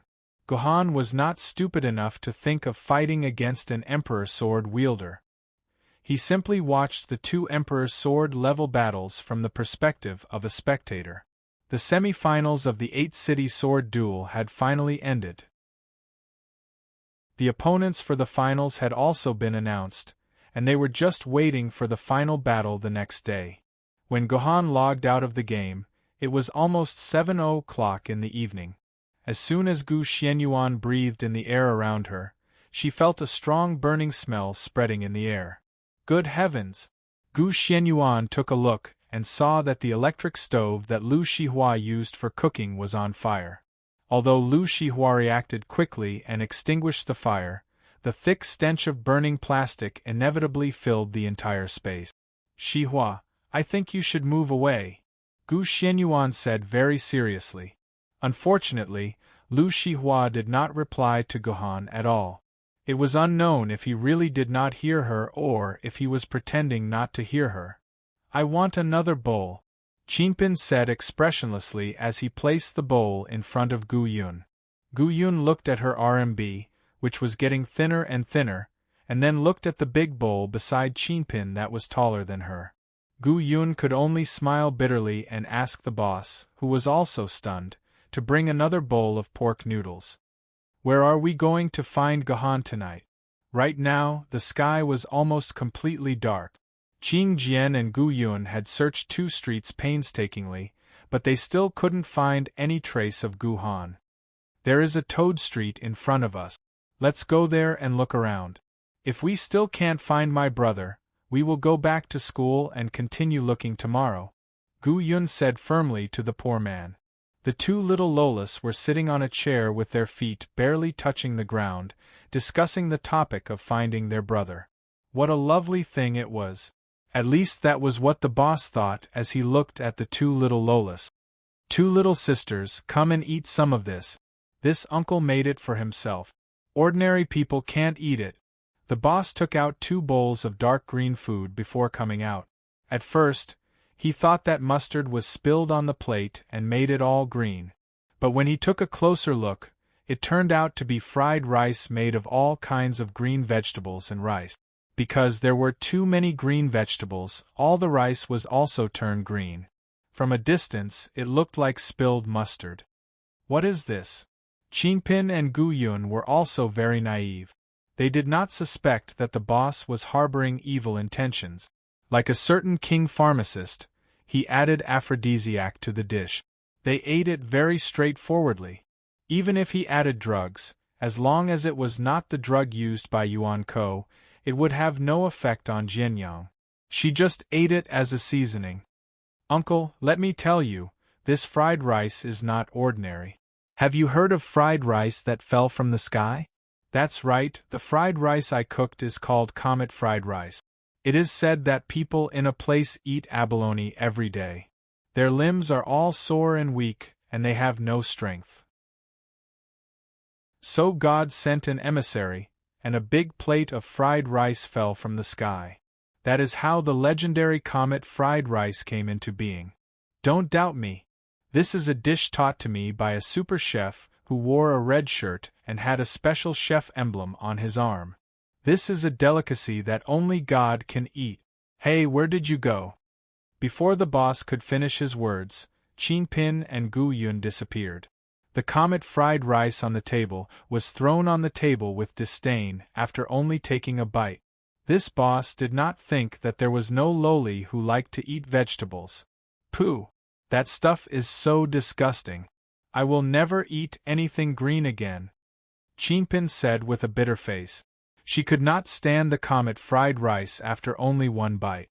The faint dry taste of vegetables was something that Qingpin's taste buds could not accept. "Humph, when my brother and I were young we could not even eat vegetables, and you have the nerve to spit it out. What a waste." Gu Yun knocked on Qingpin's head, as if she had forgotten that she also escaped after only one bite. "All right, this is Toad Street. Let's look carefully and see if Gohan is here." In the dark night, these two loli were like mice constantly scurrying around. They constantly sensed the presence of Gohan through the sword marks in their bodies. Theoretically, the closer they were to their sword wielder, the weaker and stronger the reaction of the sword mark. "Wait, I think I have a feeling." Qingpin, who was walking sneakily on the street, suddenly stopped. "I think I suddenly felt Gohan's sword mark just now. He is here," Qingpin said excitedly. "No way? Why didn't I feel anything at all?" Gu Yun shrugged. Her sword mark did not send any message that Gohan was nearby. "Qingpin, quickly feel it. Where is Gohan? Is he pressed down by something underground? That's why he can't escape." Qingpin immediately scurried to the east, jumped to the west, ran to the south, and strolled to the north. Then, with a sad face, he said, "It's over. I can't find that feeling anymore." "I think you're a lunatic." Gu Yun rolled her eyes. However, she could not let go of any clues. She and Qingpin circled around the area again. "Wait, Gu Yun. Can you feel it? Is there someone like us here?" Qingpin suddenly pointed to the second floor of a dilapidated building. Gu Yun moved closer to the wall of the room and indeed felt the presence of an unfamiliar sword lady. Strange, why is there a sword lady here? This is the slum area. There shouldn't be a sword lady here. If there was a sword lady, they would have already moved into the district of the sword bearers, Gu Yun said strangely. The two of them quietly moved to the side of the room, wanting to see the situation inside through the door and window. Unfortunately, the two of them were not tall enough. Even if they stretched out their arms, they could not reach the windowsill. How could they see the situation inside the room? You squat down. Gu Yun patted her head and said to Qingpin. What? Qingpin looked at Gu Yun cautiously, but still squatted down obediently. As a result, as soon as Qingpin squatted down, Gu Yun unceremoniously sat on Qingpin's neck. You stinking lowly, what are you trying to do? Qingpin immediately flew into a rage. Someone actually dared to sit on her neck. She immediately wanted to throw Gu Yun down. Don't be noisy. Stand up and let me see the situation inside the room. I'll buy you some meat later. With that, Qingpin immediately calmed down and stood up obediently. There's a sword maiden and a pair of mortal siblings inside. Oh right, there's an injured sword wielder lying on the bed, and the sword maiden is standing beside her. It seems like she's a sword wielder.